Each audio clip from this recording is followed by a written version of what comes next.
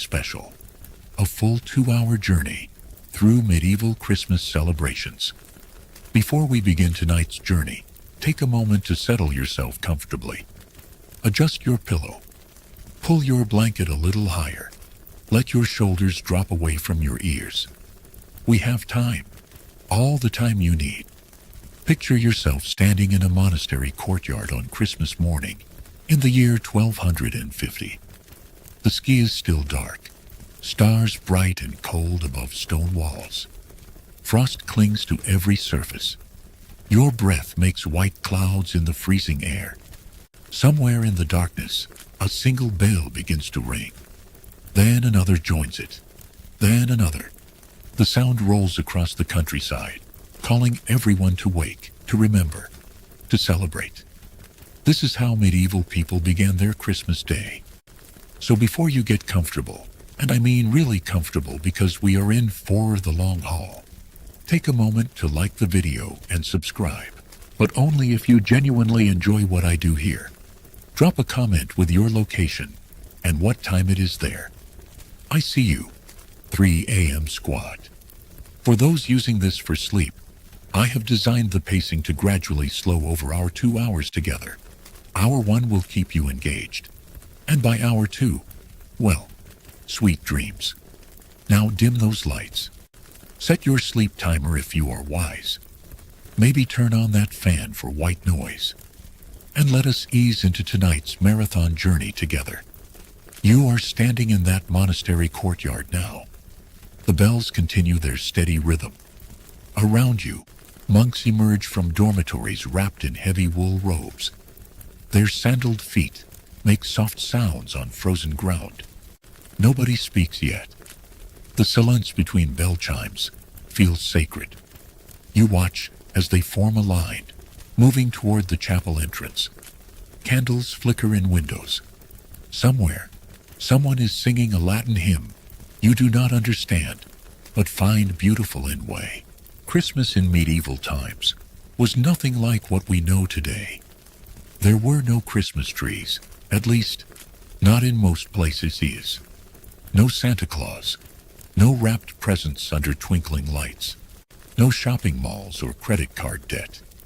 Instead, Christmas was a profound religious festival, mixed with ancient winter celebrations that Christianity had absorbed over centuries. It was 12 days of feasting, praying, games, and community bonding that helped people survive the darkest part of winter. The monk nearest you gestures for you to follow. You join the procession entering the chapel. Inside, it is warmer. Hundreds of candles burn on every surface. The smell of beeswax and incense fills your toes. The stone walls seem to glow golden in the flickering light. You find a place to stand among villagers who have walked miles through frozen darkness to be here. Everyone is waiting for something. A door opens. The abbot enters wearing elaborate vestments. Behind him, monks carry a statue of the infant Jesus, beautifully carved and painted.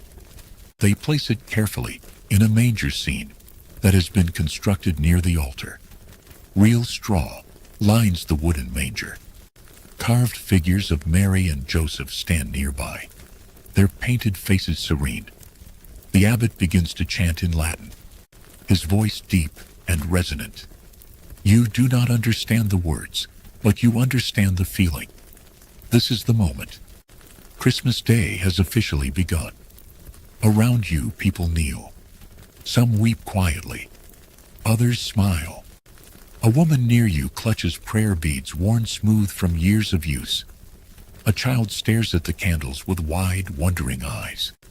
For these medieval people, Christmas is not about receiving gifts. It is about marking the moment when God became human, when divinity touched earth, when hope entered a dark world. The service continues for nearly 2 hours. There is singing, more chanting, prayers, and readings from the Bible in Latin that only educated people understand. But understanding is not the point. Being here together, marking this sacred day, participating in rituals that connect you to centuries of believers, that is what matters. The candlelight never wavers. The incense smoke rises steadily toward the vaulted ceiling. Time feels suspended. When the service finally ends, dawn is breaking outside. You file out with the crowd into a world transformed by early morning light.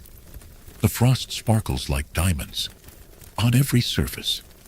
The sky is pale pink and gold. Your stomach rumbles, reminding you that you have not eaten since yesterday. That was intentional. Many medieval Christians fasted on Christmas Eve, making the Christmas feast even more anticipated and meaningful. But before feasting, there is work to do. You follow a group toward the great hall of the nearby manor house.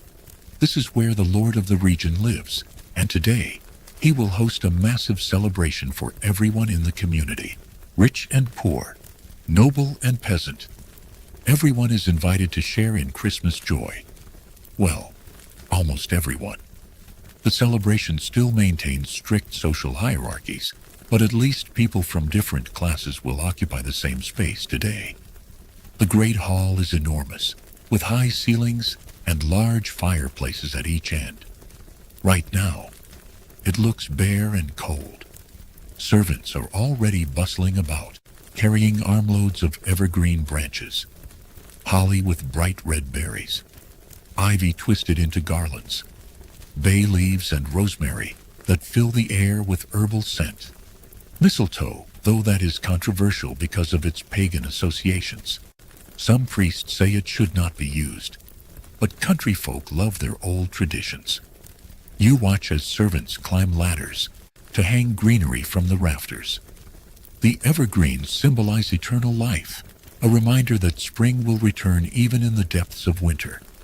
They also simply make the cold stone hall feel more alive, more festive. The holly berries add bright spots of color to the gray December day. In a world without electric lights or synthetic decorations, these natural materials are treasure. A woman directs the decoration efforts with sharp efficiency.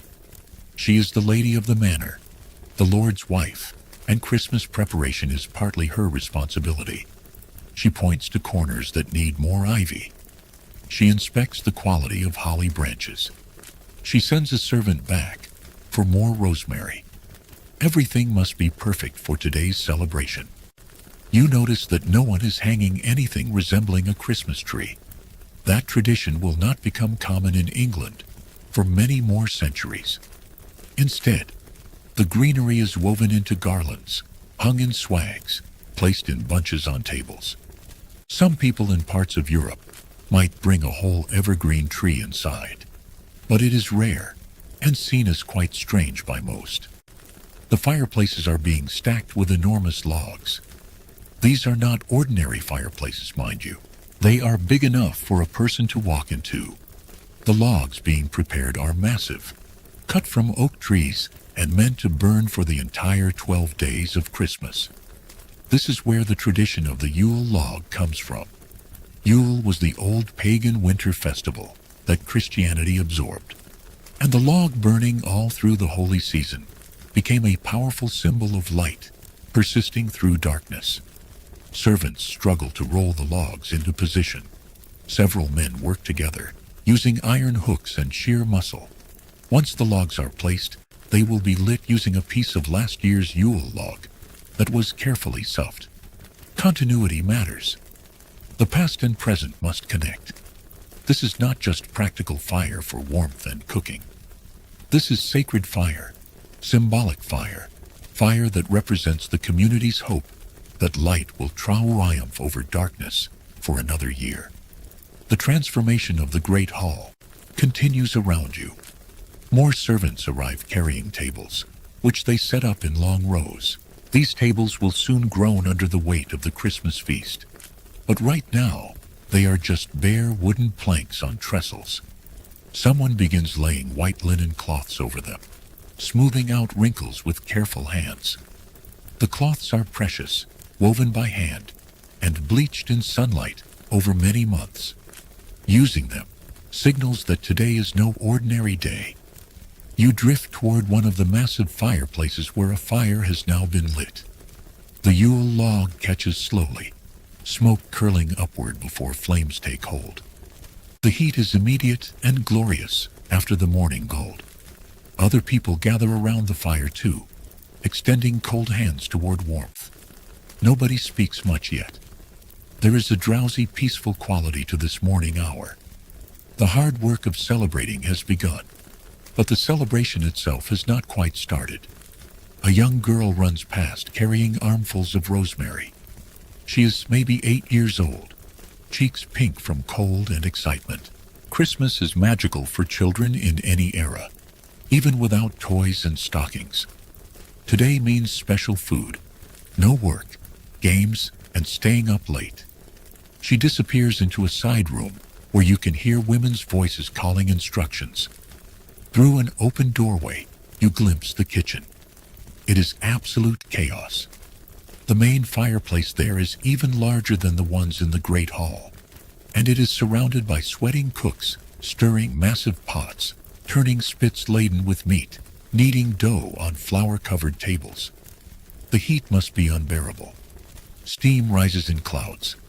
Someone shouts about the pottage. Someone else curses, then apologizes for cursing on Christmas. Laughter follows. Medieval Christmas feasts were legendary, especially in noble households. The goal was abundance, variety, and spectacle. Meat of every kind, multiple courses, elaborate presentations, spice from distant lands. It was a way of displaying wealth and generosity, of reinforcing social status, and of ensuring everyone had enough to eat during the lean winter months. For peasants invited to the Lord's Hall, this might be the best meal they eat all year. You wander back to the Great Hall and notice musicians arriving. They carry instruments you recognize, and some you do not. Lutes with rounded bodies and long necks, recorders made of wood, a fiddle, ancestor of the modern violin, drums of various sizes, a strange bagpipe-like instrument. These traveling minstrels make their living going from manor to manor, especially during Christmas season, when everyone wants entertainment and feels generous. The lead minstrel greets the Lord, who has emerged from his private chambers. The Lord is perhaps 40 years old, dressed in a rich blue tunic, trimmed with fur. He smiles broadly, clearly in good spirits. This is his chance to show off, to prove himself a good lord, to fulfill the social obligations that come with his power and land. He gestures toward the corner, where musicians should set up. You watch the musicians arrange themselves, testing their instruments. A lute player plucks strings, adjusting tuning. The drummer taps experimentally. Someone begins a scale on a recorder. The sounds blend and clash randomly. Not yet music, just preparation. But even this preparation adds to the building anticipation. Something special is taking shape here in this hall. More villagers begin arriving. They enter hesitantly, stomping frost from their feet, looking around with wide eyes. Many have never been inside the manor hall before. It is reserved for the Lord's family and important guests. But Christmas opens doors. Social boundaries relax. Just a little, just for today. The servants who decorated earlier now guide newcomers to spaces along the walls where they can stand or sit on benches. The lady of the manor appears again, inspecting the tables. She nods approval at the linen cloths. She adjusts a garland of ivy that hangs slightly crooked. She speaks quietly to the head cook, who has emerged from the kitchen looking frazzled. They discuss timing. When will the food be ready? How many people have arrived? Should they wait for more? The logistics of feeding perhaps 200 people are complex. You notice that the high table at the far end of the hall is being set differently. This is where the Lord and his family will sit, along with any noble guests. The cloths here are finer. Salt cellars made of silver appear. Elaborate cups, better plates. Medieval society was rigidly hierarchical, and even Christmas feast seating reflected that. The closer you sat to the Lord, the higher your status. The further away, the lower. Everyone understood this without it needing explanation. A priest enters, accompanied by two younger clerics. He will bless the feast before eating begins. He is an older man with a kind face, dressed in his best vestments. He stops to speak with various people, asking about their families, their health, their needs. Medieval priests were often the only educated people in a village, serving as counselors, teachers, and record keepers, as well as spiritual leaders. On Christmas, their role was especially important. Children are starting to arrive in greater numbers now. They cluster in excited groups, whispering and pointing. Some have made small toys from sticks and scraps of cloth. Others chase each other between the adults, weaving through the growing crowd. Their energy is infectious. You can see adults smiling as they watch the children play. In a time when childhood mortality was high and life could be brutally hard, children represented hope and continuity. The musicians begin playing softly. It is not yet a full performance, just background music to fill the hall with pleasant sound. You recognize the melody as something secret, a hymn you heard earlier in the chapel. But played on lute and fiddle, it sounds different, more joyful, more human, less otherworldly. The music winds between conversations, under the crackling of fires, through the bustling activity. Someone begins hanging small gifts from the rafters. These are simple things, walnuts and apples mostly, hung by strings. Later, during the feast, children will jump trying to grab them. It is a game that costs nothing except some effort to hang fruit, but it will bring enormous joy. Medieval entertainment was often participatory like this, requiring creativity and engagement rather than passive watching. You step outside briefly for fresh air.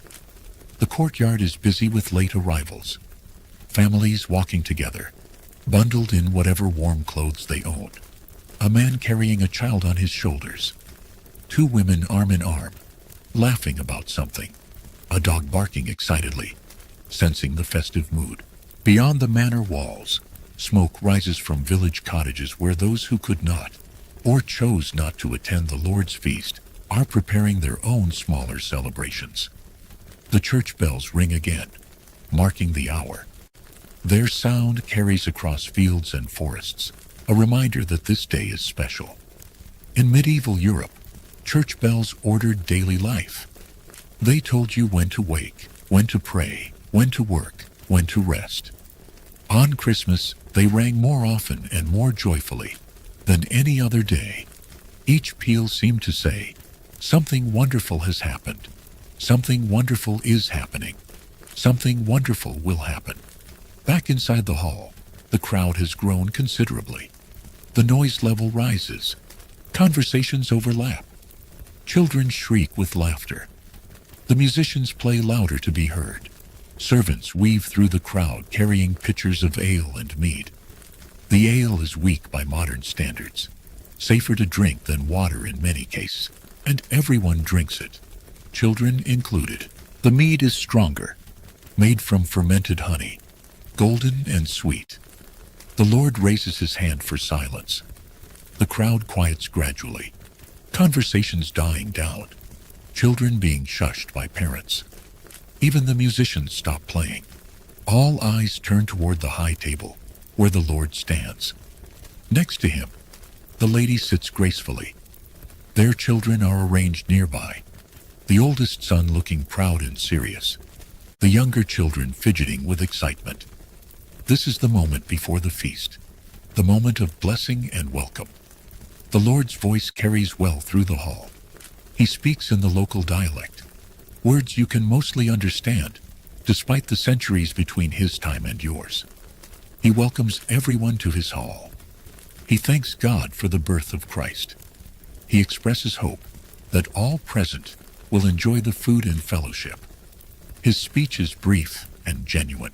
Whatever you might think about feudal lords and their power, this man seems to take seriously the obligation to care for his people, at least on this sacred day. The priest steps forward to offer blessing. He makes the sign of the cross over the assembled crowd. He prays in Latin. the ancient words rolling sonorously through the hall. Then he switches to the common language so everyone can understand. He prays for peace, for good harvests in the coming year, for health and safety, for the souls of those who have died, for the poor and suffering. His words are simple but heartfelt. After the prayers, servants begin bringing food from the kitchen. The procession is impressive. First comes the bread, great round loaves baked fresh this morning, still warm, crusts golden. The smell is incredible, yeasty and wholesome. Bread is the foundation of every medieval meal, and Christmas bread is special, made with better flour, sometimes sweetened with honey or studded with dried fruit. Next comes the pottage, a thick stew that has been simmering since yesterday. In a massive iron cauldron, vegetables and grains, and whatever meat could be spared, have melted together into something hearty and nourishing. Servants ladle it into wooden bowls that are distributed along the tables. Steam rises in the cold hall. People lean forward eagerly, hands cupped around warm bowls. Then the meat begins to arrive, and this is where the feast becomes truly impressive. Roasted chickens, golden skinned and glistening. Ducks, geese. For the high table, there is peacock, roasted and then reclothed in its own iridescent feathers for display. Rabbit, mutton, pork, deer, if the hunting was good this year. Each platter is greeted with appreciative murmurs. In an era when most people ate meat rarely, this abundance is staggering. Fish arrives too, because medieval food rules were complex. Certain holy days required fish instead of meat, and some people observed this even on Christmas. There are eels in jelly, a delicacy that sounds strange but was highly prized. Herring preserved in salt. Pike from the manor's fish pond. The variety seems endless. Servants keep emerging from the kitchen with more platters, more bowls, more jugs of ale and mead and spiced wine. You watch people begin to eat. They use their hands mostly and knives to cut meat. Forks are virtually unknown in medieval Europe. Some people have brought their own wooden spoons. Others sip directly from bowls. Eating is a communal, messy, joyful activity. People share trenchers, thick slices of bread that serve as edible plates. They tear meat and pass pieces to neighbors. Conversation and laughter flow as freely as the ale. The spiced wine is particularly important. Called Hippocras, or sometimes just spiced wine, it is made by heating red wine with cinnamon, ginger, cloves, pepper, and honey. The spices are expensive, imported from distant lands, which makes spiced wine a luxury that shows off the Lord's wealth. But it also tastes wonderful, warm and complex and slightly sweet, perfect for a winter celebration. Servants move through the hall pouring it generously. At the high table, the Lord and Lady eat from finer dishes, but they consume mostly the same food as everyone else. The difference is in presentation and setting, not substance. This is intentional. Christmas is meant to show that, at least spiritually, everyone is equal before God. The social hierarchy remains, but today it is softened by shared celebration and abundance. You notice an older woman near you has tears in her eyes as she eats. Someone asks if she is well. She nods, explains that this is the first Christmas since her husband died. He would have loved this feast. The people around her offer comfort, gentle words, a hand on her shoulder. The community holds her grief, alongside the day's joy. Medieval life was hard and death was common, but people supported each other through losses in ways modern society sometimes struggles to match. The musicians begin playing again, louder now, competing with the noise of the feast. They play carols, the earliest versions of Christmas songs you might recognize, though the melodies are different from modern versions. Some of the lyrics are in Latin, some in English, some mix both languages. People join in singing when they know the words. The sound is untrained but enthusiastic, voices blending into something beautiful, despite or because of their imperfection. A group of minstrels staunts, and begins performing a play.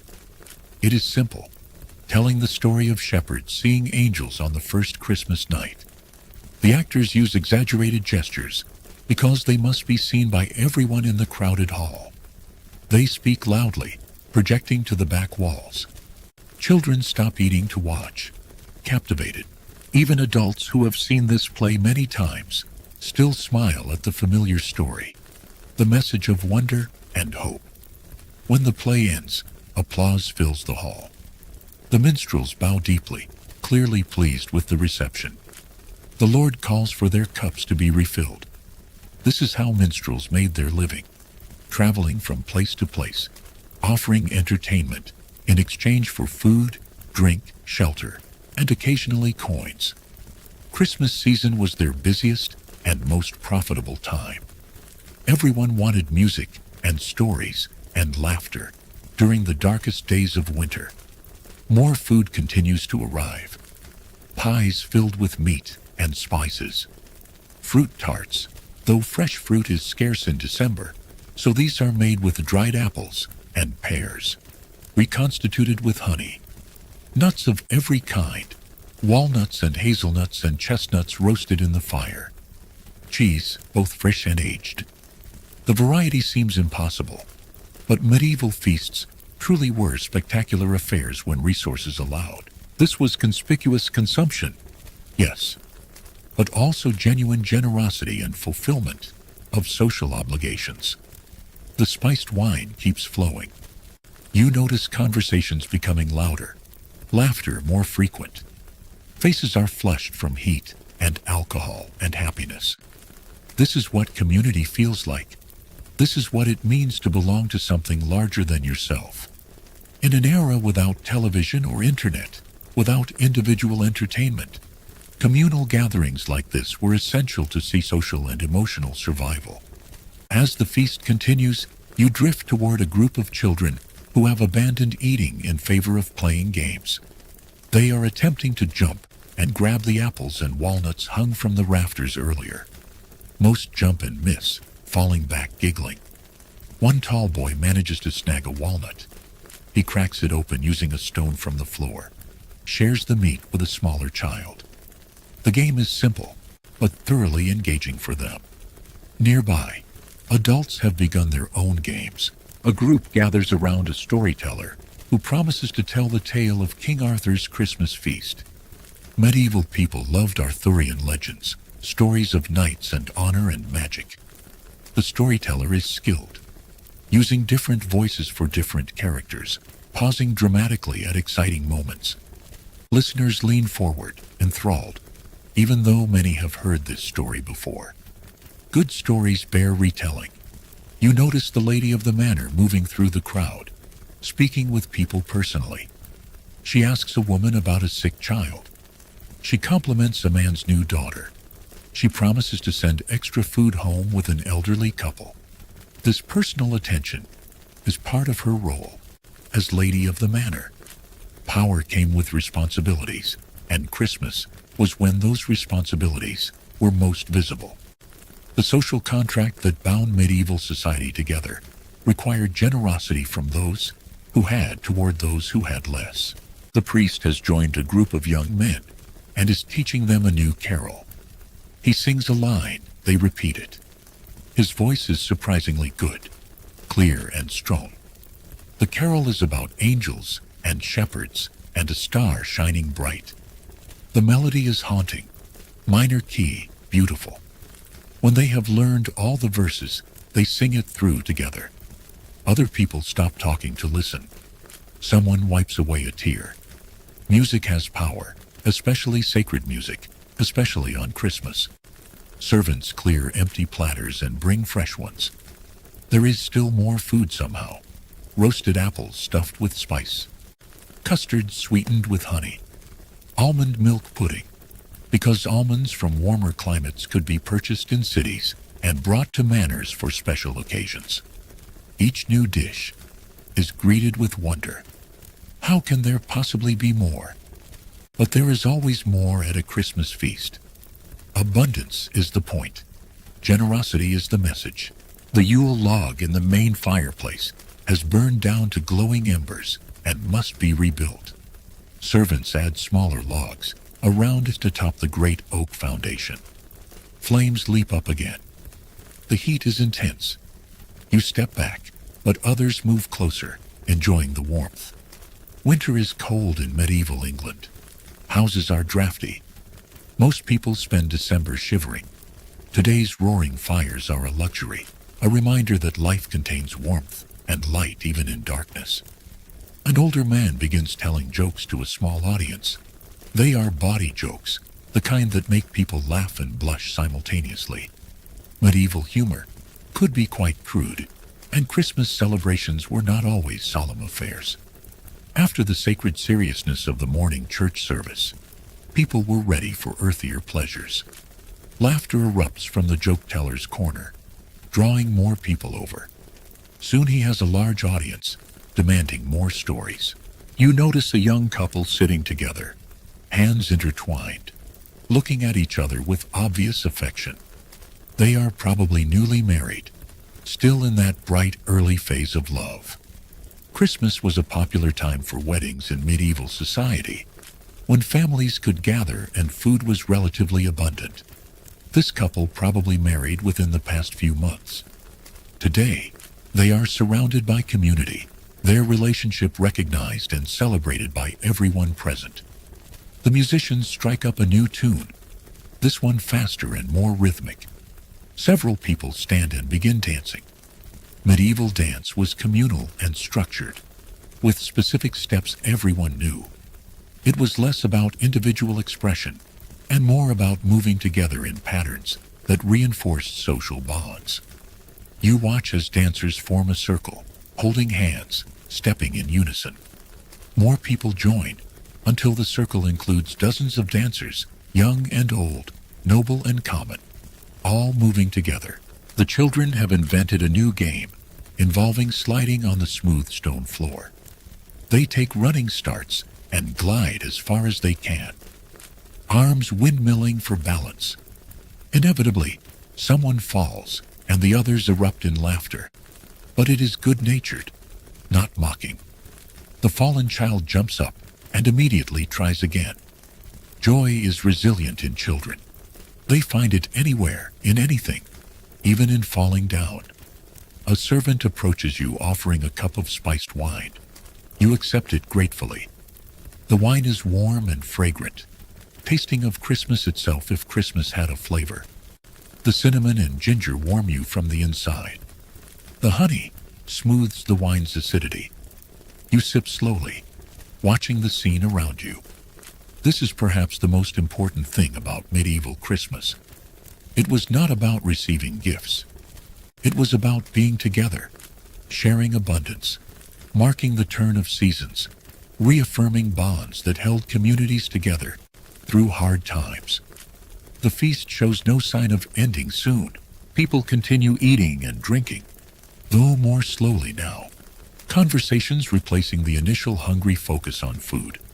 Some people look drowsy from warmth and alcohol and full stomachs. Others are still energetic, especially the children and young adults. The Great Hall contains multitudes, different moods and energies, all coexisting. You overhear a conversation between two merchants discussing business. Even on Christmas, economic concerns intrude. They talk about wool prices, about roads made impassable by winter, about a ship that was supposed to arrive from France but has not. Then they catch themselves, laugh, agree to discuss business tomorrow. Today is for celebration. They raise their cups in a toast to Christ's birth and drink deeply. The Lord stands again, calling for attention. The hall gradually quiets. He announces that it is time for the gift-giving ceremony.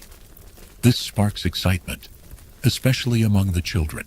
Medieval Christmas gifts were not elaborate or numerous, like modern presents, but they were meaningful.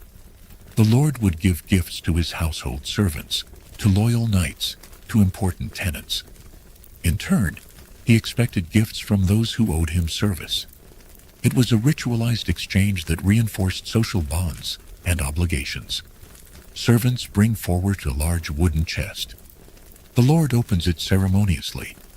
Inside are velvet pouches, each containing coins. He calls people forward by name. First, his steward, the man who manages the manor's daily operations. The steward kneels, receives a heavy pouch, thanks the Lord with obvious sincerity. These coins might represent several months' wages fees. They are not just money, but recognition of faithful service. Next come the household knights, warriors who provide the Lord with military service in exchange for land and protection. Each knight kneels, receives a gift, stands, and steps aside. Their gifts are more valuable, pouches containing silver coins and sometimes tall jeweled pins or fine gloves. Status determines gift size in medieval society, always and in everything. Then the Lord calls forward villagers who have performed exceptional service during the year. A blacksmith who repaired the manor's gates. A carpenter who rebuilt a barn. A woman who nursed sick children through a difficult summer. Each receives a small pouch and the Lord's public thanks. Being recognized before the entire community matters as much as the coins themselves. Honor and reputation were currencies as important as silver in medieval social economy. The lady of the manor distributes gifts too. She calls forward women who have helped with weaving, with herb gardens, with child gear. She gives each a length of cloth, simple but good quality, enough to make a new dress or tunic. She speaks warmly to each woman, asking about families, making personal connections. These small exchanges reinforce the web of relationships that makes the manor function as a community rather than just an economic unit. Children are called forward in a group. The Lord's own children join them, standing among the villagers' kids rather than separate. Each child receives an apple and a small honey cake. It is not much, but their faces light up with delight. Sugar is scarce and expensive in medieval times. Honey cake is a rare treat. The apples are perfect. Saved from the autumn harvest, their skins shiny and ready, you see. The children clutch their gifts carefully, already planning how to make them last. Now comes the reverse direction of gift giving. People approach the Lord with their own offerings. A farmer brings a basket of eggs, precious in winter when chickens lay less frequently. A shepherd offers a fleece of particularly fine wool. A woman presents embroidered linen she made herself. Each gift is modest by noble standards, but represents real effort and sacrifice. The Lord accepts each with appropriate gravity, understanding that these gifts matter. You notice tears on some faces during this exchange.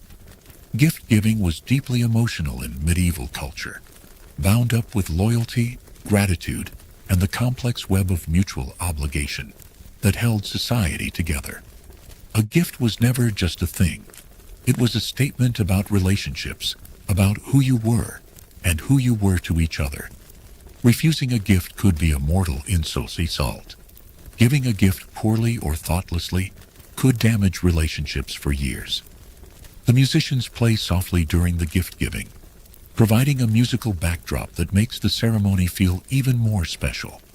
They choose gentle melodies, nothing too energetic, allowing the focus to remain on the exchange between Lord and people.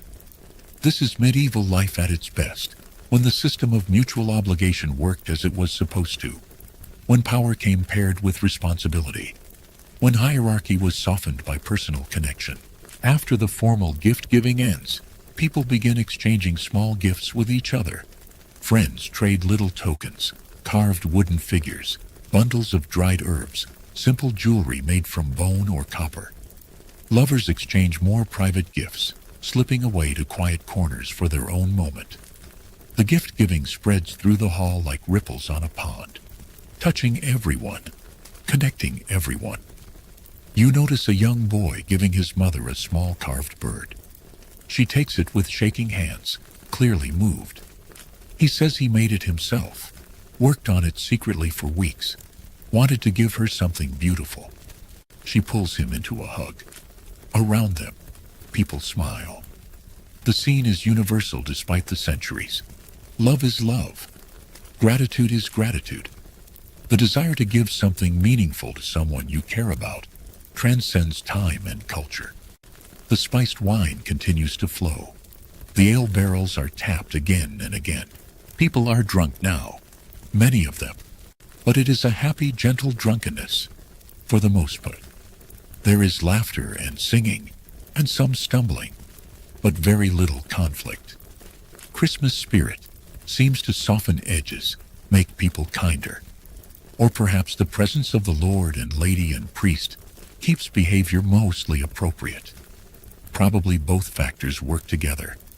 A fight almost breaks out when a young man makes an inappropriate comment about another man's sister. But older men intervene quickly, separating the potential combatants, talking them down. The young man apologizes, clearly embarrassed. The other accepts the apology. Someone hands them both cups of ale. They drink together. The moment feast. Medieval communities were small, and everyone had to continue living together after conflicts. So social pressure toward reconciliation was strong. The lady of the manor announces a special entertainment. From a side room emerge several servants dressed in costumes, green branches tied to their arms and heads, faces painted with berry juice. They begin to perform, acting out a play about the green man, the old pagan spirit of vegetation and rebirth. Christianity absorbed many pagan traditions, especially around Christmas, which coincided with ancient winter solstice festivals. The green man represents nature's promise to return after winter death. The performers dance and leap, making rustling sounds with their branch-covered arms. They chase each other around the hall. Children shriek with delighted fear. The green man dies dramatically, falling to the ground. Then he resurrects with a shout, leaping up more energetic than before.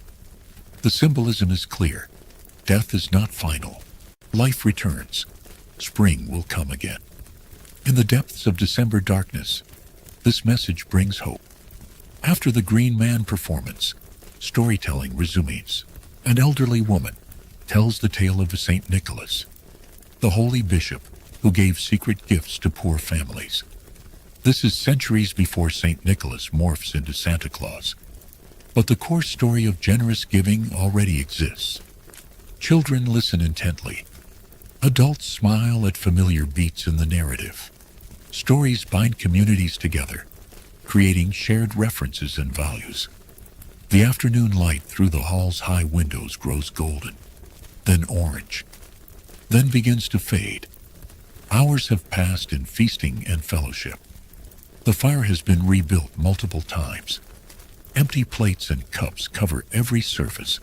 People look satisfied and sleepy, faces flushed from warmth and wine. But the celebration is far from over. Medieval Christmas lasted 12 days, and this is only day one. The party is just beginning, really. As twilight approaches, the musicians gather for a formal concert. They have been playing all day, but now they perform more seriously, choosing their best material. The lute player begins a complex instrumental piece, his fingers moving rapidly over strings. The notes cascade and tumble, beautiful and intricate. The hall falls silent as people listen. Even the children stop playing to watch. Next, a singer steps forward. Her voice is extraordinary, clear and powerful, filling the vast hall effortlessly. She sings a carol about Mary and the infant Jesus, about wonder and mystery and divine love.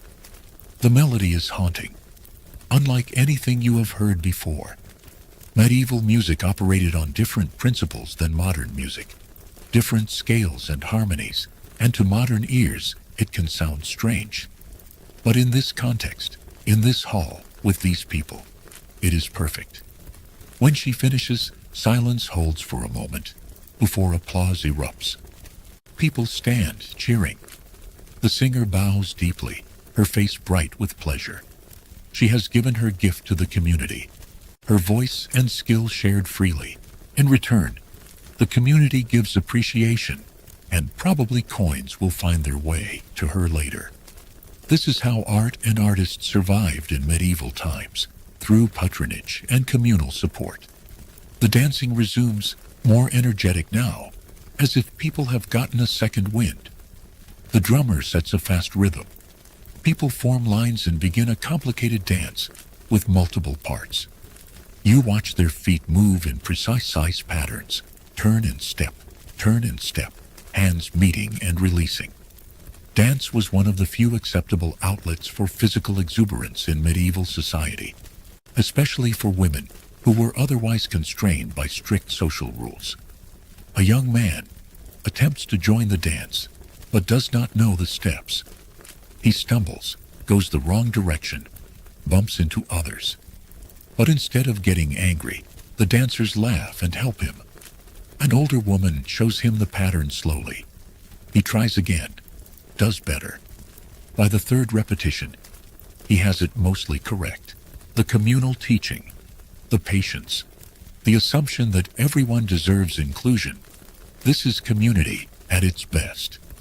Food appears again, though lighter fare this time. Apples roasted with honey, nuts, cheese, bread. People pick at it casually, no longer hungry but eating socially. Something to do with hands while talking and laughing. The servants who bring food look exhausted. They have been working since before dawn, but they also look happy. They are part of this, included in the celebration even while serving. Later, they will have their own meal in the kitchen, with plenty set aside for them. You notice the priest has gathered a group of children and is teaching them a Christmas game. Each child is given a role. Mary, Joseph, shepherds, angels, wise men. They act out the nativity story, the priest gently directing. The children take their roles seriously, even the little ones who do not fully understand. When baby Jesus is mentioned, someone produces a doll made of straw and cloth. A little girl cradles it carefully, her face solemn. This is how religious stories were taught, through participation and play, making the sacred accessible to young minds. The Lord and Lady have moved from the high table to sit among the villagers, talking and laughing without formality. This breaking down of social barriers was expected on Christmas. The Lord is still the Lord, his power unchanged. But today he shows himself as a human being, someone who shares the same faith and celebrates the same holy day as everyone else. It is political theater, perhaps, but it is also genuine connection. A very old man, perhaps the oldest person present, begins telling stories from his youth. He talks about Christmas 60 years ago, when his grandfather was lord of this manor. He describes a terrible winter when snow blocked the roads for weeks. He tells of a Christmas feast where a traveling acrobat entertained the crowd. His voice is thin and wavering, but people listen respectfully. He is living history, connecting present to past, reminding everyone that they are part of something larger than themselves. The Yule log has burned down again, and this time when servants rebuild the fire, they add special woods that pop and spark, creating a small fireworks show. Green wood that hisses and sends up bright flashes. Resinous pine that burns with intense heat and blue flames. The fire becomes entertainment, everyone gathering to watch the colors and patterns. Fire was magical in medieval times, essential for survival, and beautiful and dangerous all at once. Someone begins a ghost story, perfect for a dark winter evening. The tale involves a knight who made a terrible oath and paid the price. It is spooky enough to make children press close to their parents, but not so scary it will cause nightmares. Ghost stories were popular medieval entertainment, ways of teaching moral lessons through suspense and fear. The supernatural was very real to medieval people. They believed in ghosts and angels and demons, walking among humans. As full darkness falls outside, the hall feels increasingly like a bubble of light and warmth in a cold, dark world. Beyond these walls, the forest stretches black and mysterious. Wolves might be howling. Snow might be falling. But here, fire burns bright. Music plays. People laugh together. The contrast makes the celebration feel even more precious. Medieval people understood darkness and cold in ways modern people with electric lights and central heating cannot quite grasp. A servant announces that the boar's head is ready for presentation. This causes a stir of excitement. The boar's head procession is an ancient tradition, probably predating Christianity, absorbed into Christmas celebrations like so many pagan customs. The boar represents strength and ferocity tamed, wild nature brought into the community, winter survival ensured. The ceremony about to unfold has been performed for centuries and will continue for centuries more. The hall doors swing open. Cold air rushes in, making candles flicker. Then the procession enters. At the front, musicians play a special song, the Boar's Head Carol. Its melody ancient and stirring. Behind them, 4 strong men carry an enormous platter. On the platter, the boar's head roasted and decorated elaborately, an apple in its mouth, rosemary tucked around its ears, its tusks polished until they shine in the firelight. The sight is impressive and slightly unsettling, beautiful and brutal simultaneously. The men carry the platter around the hall, holding it high so everyone can see. People cheer and applaud. The boar's head symbolizes the hunt, the Lord's power, the turning of the year, the promise of continued abundance. Children stare wide-eyed. Adults nod approval. This is tradition, ritual, the kind of ceremony that makes time feel circular rather than linear, connecting this Christmas to all past Christmases and all future ones. The platter is brought to the high table and set before the Lord with great ceremony. The Lord stands. He draws his knife, an ornate weapon worn at his belt.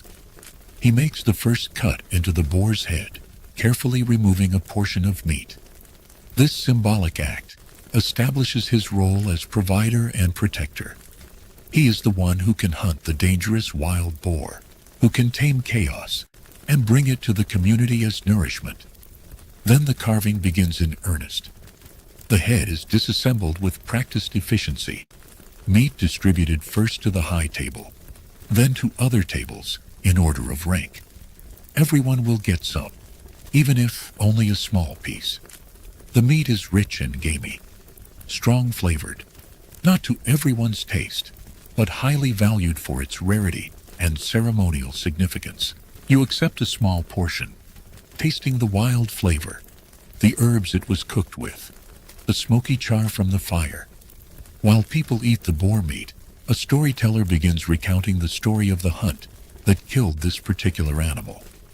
3 days ago, the Lord and his huntsmen tracked the boar through frozen forest. The dogs picked up its scent and gave chase. The boar turned to fight, dangerous even surrounded. One dog was gored, but survived. Finally, the Lord's spear found its mark. The boar died well, fighting until the end, which is considered honorable. The story is probably embellished. Boar hunts were dangerous, but rarely as dramatic as tales make them seem. Still, the story serves its purpose, elevating the Lord's courage and skill, creating narrative around food, making the eating ceremonial rather than merely functional. Medieval people understood the power of stories to transform ordinary experiences into meaningful ones. After the boar meat, more food arrives. It seems impossible that there could be more. But medieval feasts were structured in multiple courses, wave after wave of abundance. This time it is sweet dishes, honey cakes, fruit preserved in syrup, marzipan shaped into fantastical forms, castles and animals and flowers. Marzipan was incredibly expensive, requiring almonds and sugar, both imported luxuries. Serving it demonstrated extreme wealth and generosity. The children go wild for the sweets. They crowd around the tables, hands reaching. Adults gently redirect them, ensuring everyone gets a share, teaching the lessons of fairness and patience. A little girl gets honey cake all over her face. Her mother wipes it off with a cloth, laughing. These small domestic moments happen alongside the grand ceremony, the intimate mixed with the public. The musicians have started playing dance music again, but slower now, more measured. Couples take to the floor for partner dances. A young man asks a young woman to dance. She accepts, blushing. They join hands and begin the steps, moving in the prescribed patterns, but also stealing glances at each other, their attraction obvious. Around them, other couples dance, married pairs moving with the comfort of long practice, new lovers with nervous excitement, old friends with easy familiarity. You notice the lady of the manor dancing with a village man, an elderly farmer who looks terrified and honored in equal measure. She guides him through the steps with grace, making him look better than he is. This is part of the Christmas inversion of normal social order. Today, barriers come down. Today, the lady dances with the farmer. Tomorrow, hierarchy will reassert itself. But this moment of connection matters. As the evening deepens toward night, a strange new ceremony begins. A young boy, perhaps 12 years old, is dressed in bishop's robes, comically oversized on his small frame. He wears a tall mitre hat and carries a wooden crozier. This is the boy bishop, a Christmas tradition where a child is chosen to play bishop for the holiday season. It is partly playful role reversal and partly serious religious instruction. The boy bishop is given authority to rule over certain Christmas festivities. He delivers a mock sermon that gently mocks adult pomposity while teaching real moral lessons. He blesses people, making exaggerated gestures that cause laughter, but also remind everyone of the real blessings they have received. This tradition of temporary rule by the powerless, children and servants taking positions of authority, was common in medieval Christmas. It served as a safety valve for social tensions and reminded everyone that earthly power was temporary and relative. The boy bishop appoints other children to be his clergy. They march around the hall in solemn procession, carrying makeshift holy objects, trying to maintain serious faces but frequently breaking into giggles. Adults play along, bowing to the child bishop, asking for his blessing, treating the game with respect even while everyone knows it is a game. This balance between serious and playful, sacred and silly, characterized much of medieval Christmas celebration. The real priest watches the boy bishop ceremony with an indulgent smile. Some clergy objected to these traditions as irreverent, but many understood their value. They allowed people to question authority in safe ways. They taught children about religious roles and responsibilities. They reminded everyone that God could work through anyone, even the youngest and least powerful. The boy bishop tradition was theology dressed as play. After the boy bishop's service, games become more chaotic.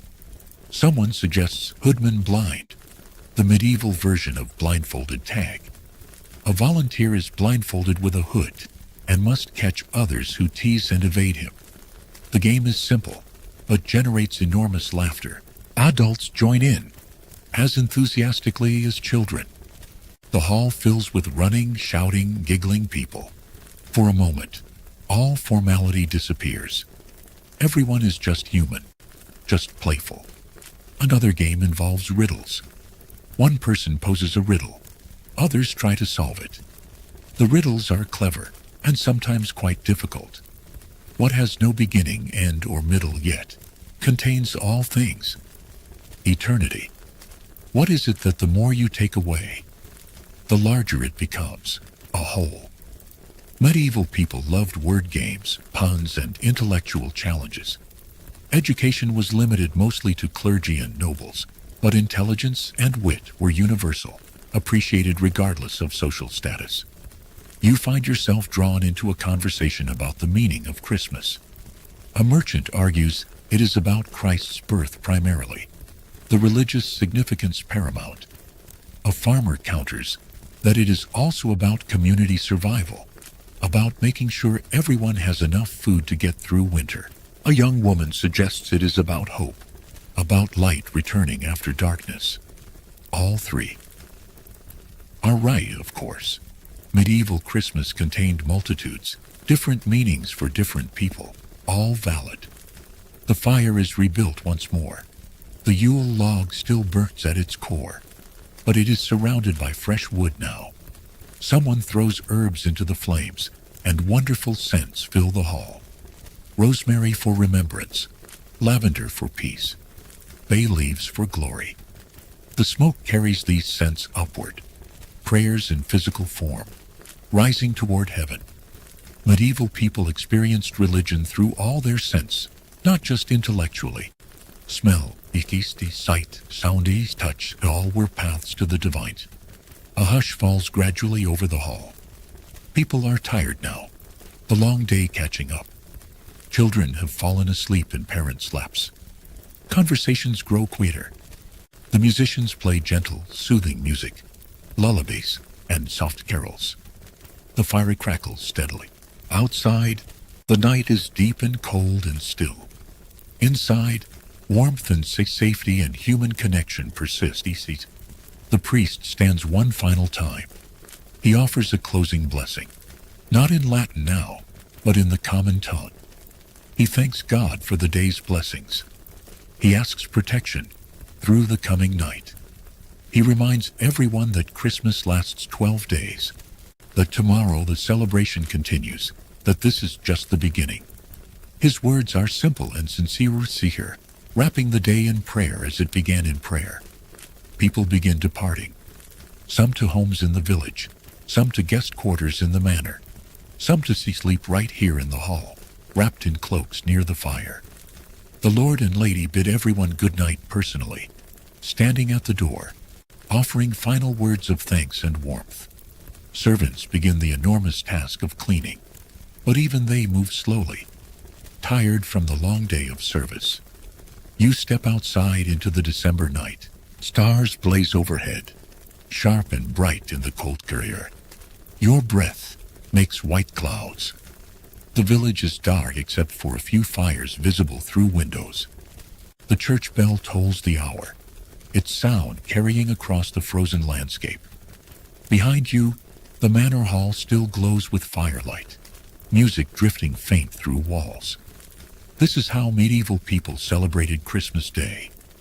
With food and fellowship, with sacred ritual and playful games, with music and stories and gifts, with the whole community gathered together to mark the turning of the year, to celebrate divine birth, to assert that light persists in darkness, that hope survives, that love binds people together through the hardest times. Tomorrow the celebration will continue. Tomorrow there will be more feasting, more games, more singing. But tonight, Christmas Day, draws to its close, and across medieval Europe, thousands of similar celebrations wind down, fires dim. People seek their beds, and winter holds the land in its cold grip, while hearts stay warm with Christmas spirit. You wake on the second day of Christmas in a world transformed by fresh snowfall. The morning is quiet, muffled by white blanket covering everything. The manor courtyard where yesterday's crowds gathered now lies pristine and unmarked except for bird tracks crossing from wall to gate. Your breath makes clouds in the cold air as you stand watching dawn break slowly over distant hills. Pink light touches snow-covered fields. Somewhere a rooster crows. The church bell rings for morning prayers, its tone softened somehow by the snow. Inside the great hall, servants are already working. The transformation from last night's chaos to this morning's order seems almost magical. Tables have been cleared and restacked against walls. The floor has been swept. Fresh rushes mixed with dried herbs have been scattered across the stone, releasing pleasant scent when stepped on. The Yule log still burns at the heart of the great fireplace, smaller now, but steady. a constant reminder that Christmas continues. Yesterday's feast was spectacular, but the 12 days of Christmas mean the celebration has only begun. Each day brings its own customs, its own meals, its own entertainments. The medieval calendar was structured around holy days and feast days, and Christmas season was the longest and most important. For common people, this might be the only extended period of rest and celebration all year. Work slowed or stopped entirely. Normal rules relaxed. Time itself felt different, suspended between the old year dying and the new year waiting to be born. A few early risers sit near the fire, warming hands around cups of hot ale. They speak quietly, not wanting to disturb the peaceful morning. One man mentions that his wife is expecting a child in spring. Another talks about repairs needed on his cottage roof. A woman wonders aloud whether the snow will make roads impassable for travelers. These ordinary concerns continue even during extraordinary celebrations. Life does not stop for holidays. It simply changes rhythm temporarily. The kitchen already smells of baking bread. You follow your nose to find cooks preparing the day's first meal. It will be simpler than yesterday's feast, but still generous. Porridge with honey, fresh bread, cheese, dried fruit reconstituted in warm wine, enough to fill bellies and warm bodies against the December cold. The head cook, a woman of perhaps 50 with flour in her graying hair, directs younger helpers with calm efficiency. She has probably supervised hundreds of Christmas meals in her lifetime. You accept a bowl of porridge from a servant and sit near the fire to eat. The porridge is thick and warming, oats cooked slowly until they become creamy, sweetened with honey from the manor's own hives. Simple food, but good. Medieval cuisine was less complex than modern cooking in some ways, but it had its own sophistications. Knowing which herbs to add, how long to cook each ingredient, how to make limited resources stretch to feed many people. These skills required real expertise. More people begin arriving for breakfast. Some slept here in the hall last night, wrapped in cloaks or blankets.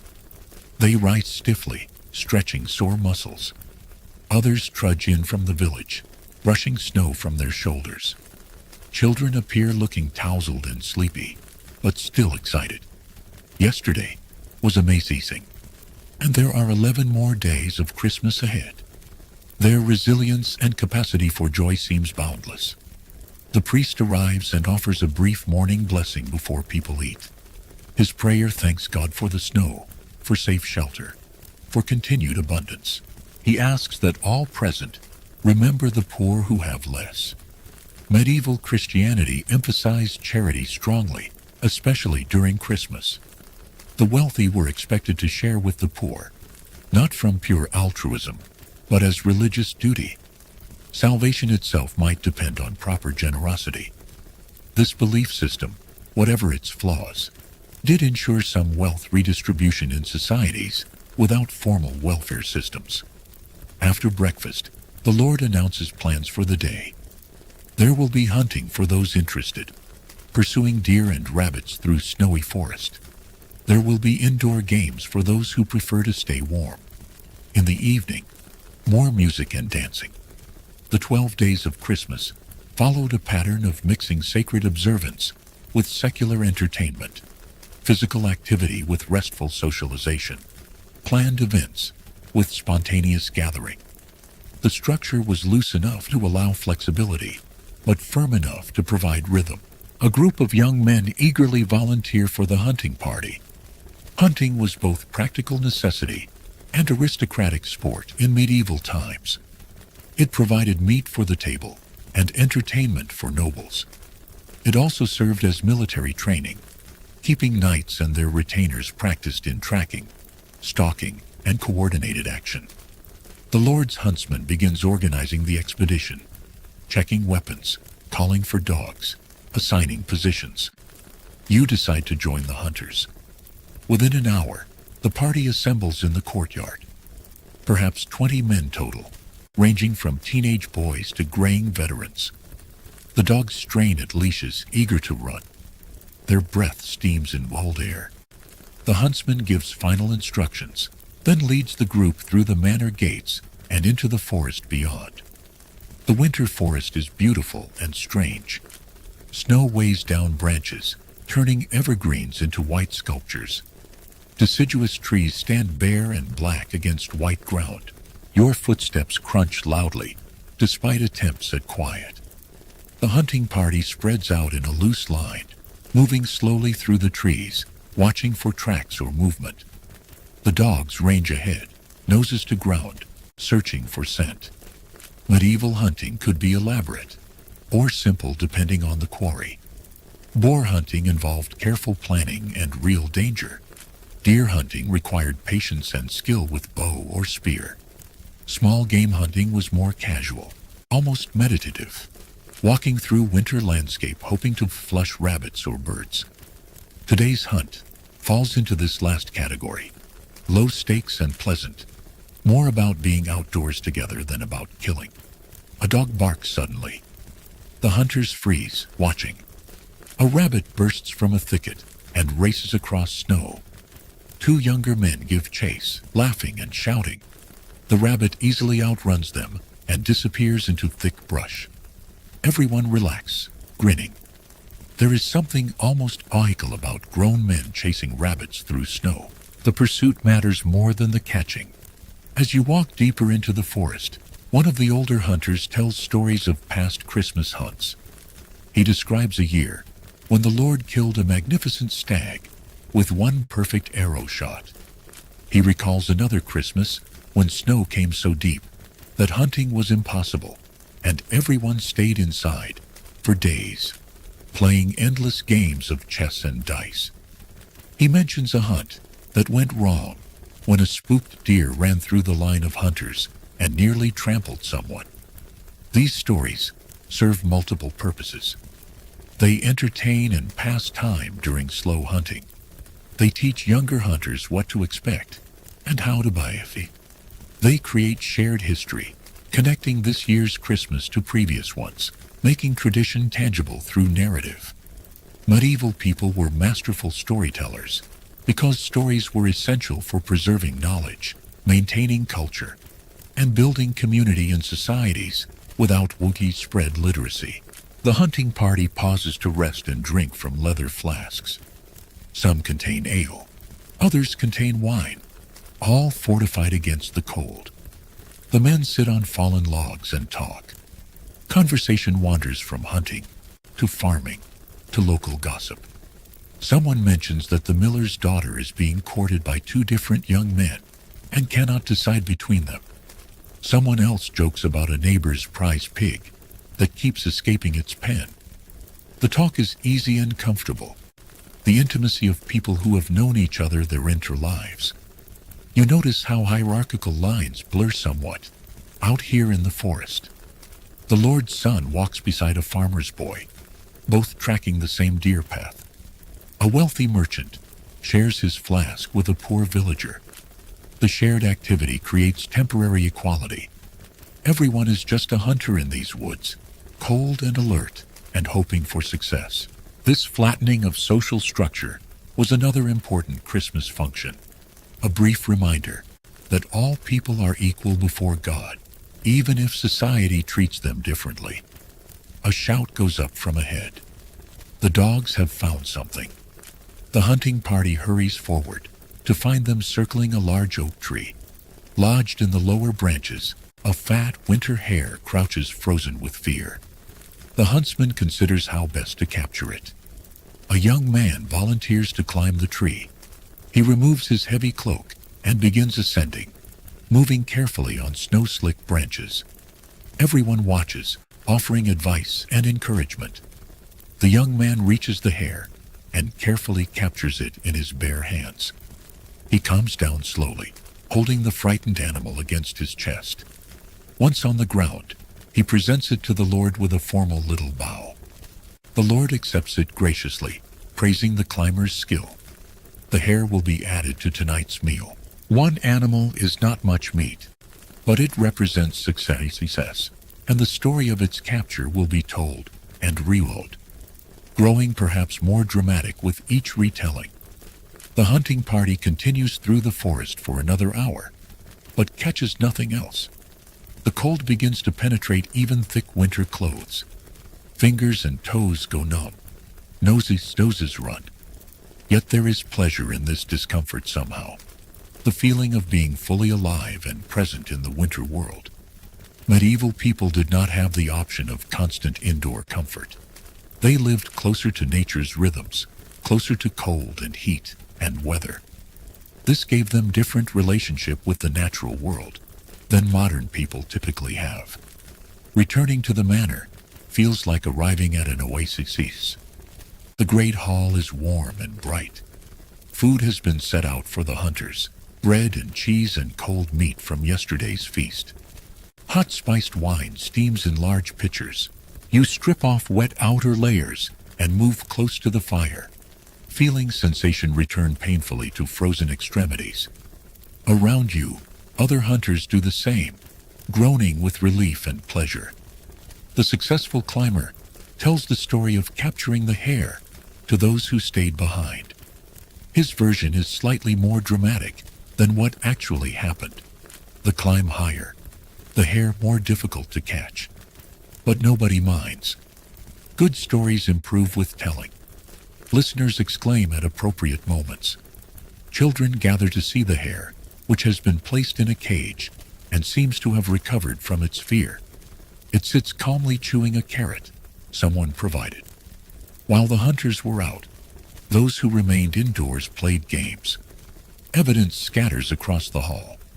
A chess set with carved wooden pieces sits abandoned mid-game. Dice lie near the fire.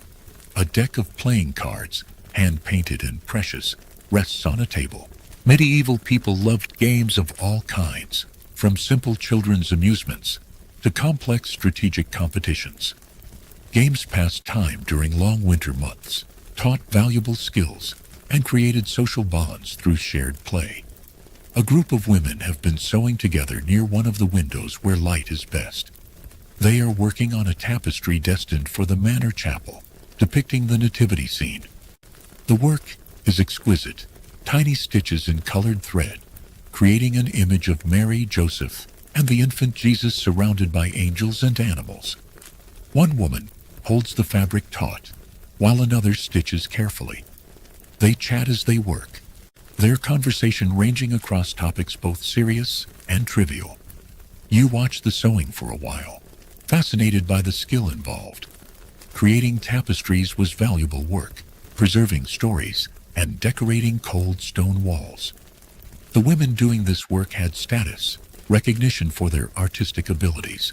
Medieval society was deeply patriarchal, but women found spaces for influence and creativity within that system. Textile work was one such space, where women's expertise was acknowledged and valued. A servant announces that afternoon prayers will begin soon in the chapel. Many people set aside what they are doing and prepare to attend. Christmas season meant more frequent religious services, more time spent in prayer and contemplation. For medieval Christians, this was not burdensome, but meaningful. A way of marking time as sacred, of stepping outside ordinary concerns into direct relationship with the divine. The chapel is smaller than the Great Hall, but equally beautiful. Carved wooden pews line the walls.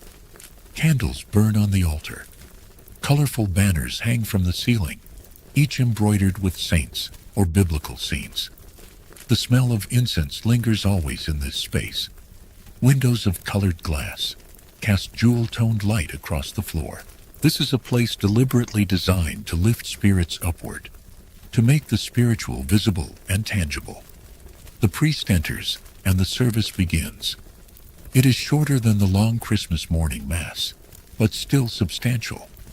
There are readings from the Bible, prayers in Latin, a brief homily in the common language.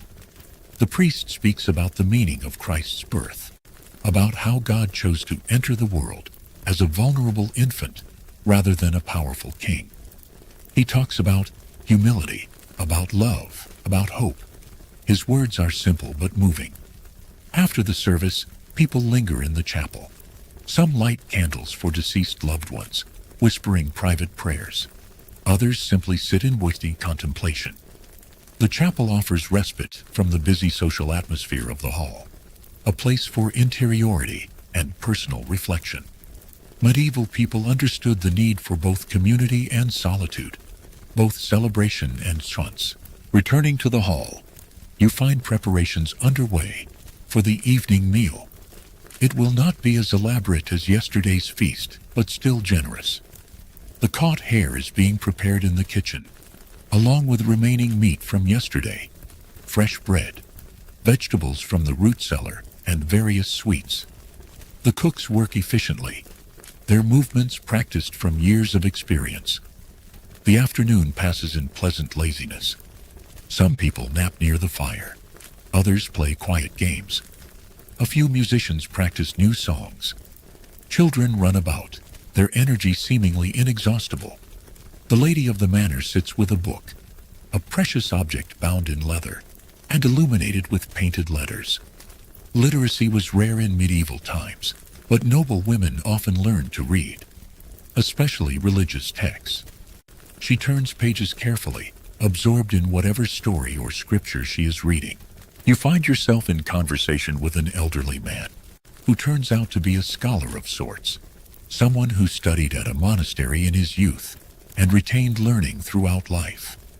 He talks about calendars, about how Christmas was calculated to coincide with older solstice celebrations, about how the church absorbed pagan traditions rather than eliminating them. His knowledge is impressive, ranging across theology, astronomy, and history. The conversation turns to time itself, how it was experienced differently in medieval life. Without clocks in every home, without precise scheduling, time flowed more naturally. Days were divided by church bells and sunlight. Seasons mattered more than specific dates. Years were marked by harvests and festivals, rather than numbered systematically. The elderly scholar suggests this made life both harder and easier, less predictable, but perhaps less stressful in some ways. As twilight approaches, the evening meal is served. People gather at tables, conversations rising in volume. The hare has been turned into a rich stew, its meat tender and flavorful. There is also fish because the day after Christmas is St. Stephen's feast day, and some observe it with fish rather than meat. Bread trenchers soak up juices. Ale flows freely. The meal is relaxed and comfortable, less formal than yesterday's grand feast, but no less enjoyable. After eating, the musicians begin playing dance music. People clear a space and begin moving to familiar rhythms. The dances tonight are calmer than yesterday, less frenetic, more measured. Partners move together smoothly, having recovered somewhat from yesterday's exertions. You watch an older married couple dancing, their movements perfectly synchronized from decades of moving together. They do not speak, do not even look at each other much, but their physical connection speaks of deep partnership. As the evening deepens, someone suggests telling ghost stories. This was popular entertainment during Christmas season, when long dark nights invited tales of supernatural encounters. The great hall grows quiet as a storyteller begins. He tells of a knight who broke his oath and was cursed to ride forever through the winter forest, never resting, never finding peace. His voice is low and dramatic, pausing at crucial moments, letting tension build before revealing each new development. The story is genuinely frightening in places. Children press close to their parents. Adults lean forward, drawn into the narrative. When the storyteller describes the ghost knight's hollow eyes, several people shiver visibly. Medieval people believed firmly in ghosts and spirits, in the supernatural realm, intersecting with the ordinary world. These stories were not just entertainment, but reflections of genuine beliefs about death, judgment, and the soul's fate. After the ghost story, the mood needs lightening.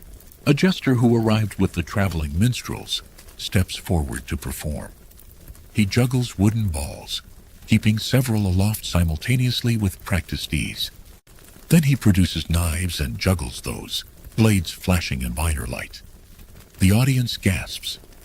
He grins wickedly and adds another knife, then another, 4 deadly blades spinning through air. When he finally catches them all and bows, applause explodes through the hall. The jester performs tricks next, sleight of hand that makes coins disappear and reappear in unlikely places. He pulls colored scarves from his sleeve endlessly. He appears to swallow a sword, though it is clearly a trick. His patter is witty and fat. Jokes and observations that keep the audience laughing. Jesters occupied strange positions in medieval society, allowed to mock power and speak truths that others could not, protected by their role as entertainers. A young woman asks the jester to tell her fortune. He examines her palm with exaggerated seriousness, then announces she will marry a rich merchant and have 7 children. She laughs, blushing. He moves through the crowd, offering more fortunes, some flattering, some humorous, all calculated to entertain rather than truly predict. Fortune-telling was popular, despite church disapproval. People wanted to know their futures, wanted reassurance, or at least interesting possibilities. The Lord calls for more music. The musicians oblige, playing a series of lively carols. People join in singing, voices blending in the familiar melodies. Carol singing was central to medieval Christmas, a way of spreading joy and teaching religious stories through music. The carols mixed sacred and secular, Latin and common language, solemnity and celebration. Each song carried layers of meaning, references to theology and tradition that educated listeners appreciated, while simpler listeners simply enjoyed the tunes. During a pause between carols, an argument breaks out between 2 men over some minor slight. Voices rise angrily. Others move to intervene before the conflict escalates. The Lord stands and speaks firmly, reminding everyone that Christmas is a time of peace, that conflicts should be set aside. The 2 men look ashamed. They shake hands awkwardly and return to their places. The moment passes, order restored. This peacekeeping was important in tight-knit medieval communities. People had to continue living together after conflicts, so pressure toward resolution was strong. The Lord's authority helped enforce peace, but community expectations mattered too. Fighting during Christmas was seen as especially shameful, a violation of the season's sacred character. Social pressure, religious belief, and political power all combined to maintain order. The evening continues with more entertainment. Someone proposes riddles again, and people compete to solve them or pose their own. What walks on 4 legs in the morning, 2 legs at noon, and 3 legs in the evening? The riddle of the Sphinx, ancient, but still popular. A man in his life stages, crawling as a baby, walking as an adult, using a cane in old age. Riddles exercised the mind, taught symbolic thinking, and allowed displays of cleverness. As night deepens toward midnight, the energy in the hall gradually settles into something quieter. Conversations become more intimate, small groups talking softly. The fear burns lower, casting dancing shadows. Children have fallen asleep in various corners, wrapped in parents' arms or curled on benches. Even adults look drowsy, faces soft in the dim light. The second day of Christmas is drawing to a close. 1 day down, 10 more ahead in this season of celebration and rest. You step outside briefly for air. The night is clear and cold, stars scattered across black sky like diamonds on velvet. The snow glows faintly blue in starlight. Somewhere an owl calls, its voice lonely and beautiful. The forest stands dark and mysterious beyond the manor walls. Inside, you can hear music playing faintly. Laughter, the murmur of many voices. The contrast between the cold dark outside and warm light inside feels symbolic somehow, like all of life contained in that difference. Returning inside, you find the priest preparing to offer final evening prayers. People gather, standing together in loose groups. The priest speaks quietly, thanking God for the day's blessings, asking protection through the night, reminding everyone of tomorrow's planned activities.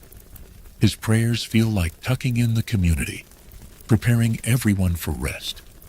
When he finishes, people begin dispersing, some to homes, some to guest quarters, some to sleeping spaces in the hall itself. The servants begin their nightly tasks, banking fires so they will burn through until morning, clearing away final cups and plates, sweeping floors. They work quietly, trying not to disturb those already sleeping. Their labor makes the manor function, makes celebrations possible. Yet they often go unrecognized except during special moments, like Christmas, when the Lord might offer public thanks or small gifts. Medieval society depended on the work of common people, while giving them little power or recognition in return. You find a sleeping space near the fire, wrap yourself in a borrowed blanket, and settle down. Around you, others do the same. The hall grows quiet, except for fire crackle and occasional snoring. Outside, the second night of Christmas holds the world in cold embrace. Inside, warmth and community persist. Tomorrow will bring the third day of Christmas, and the day after that the fourth. Each day its own small celebration, until 12 days pass, and the season concludes with Epiphany, the arrival of the wise men at the manger, the revealing of Christ to the world. The third morning of Christmas dawns gray and cold, the world wrapped in silence. The snow has stopped falling during the night, but clouds hang low and heavy, pressing down on the frozen landscape. You wake slowly, your body reluctant to leave the warmth of sleep. Around you, other sleepers stir gently, moving beneath their blankets like waves on a calm sea. The fire has burned low overnight, just glowing embers now, pulsing red in the dim light. A servant moves quietly through the shadows, adding wood piece by piece, coaxing flames back to life with patient care. The wood catches slowly. First, then smoke raises. Then small flames appear, tentative and delicate. Gradually, the fire grows stronger, warmth spreading outward in invisible waves. You watch the flames dance and flicker, their movement hypnotic and soothing. Fire has a voice, you notice, a soft crackling whisper that fills the quiet hall. Other people are waking now, but nobody speaks much. The morning feels sacred somehow, too peaceful to disturb with loud voices or sudden movements. You rise slowly, joints stiff from sleeping on the hard floor, despite the rushes scattered beneath you. Your breath makes small clouds in the cold air. You move toward the fire, extending your hands toward its warmth. Others do the same, forming a quiet circle around the flames. Someone yawns. Another person stretches carefully. These small human sounds blend with the fire's crackling, creating a gentle morning symphony. Outside the high windows, the gray light grows imperceptibly brighter, dawn arriving without drama or announcement. Breakfast is brought out quietly by servants, who move like ghosts through the hall. Porridge again, thick and warm, sweetened with just a touch of honey.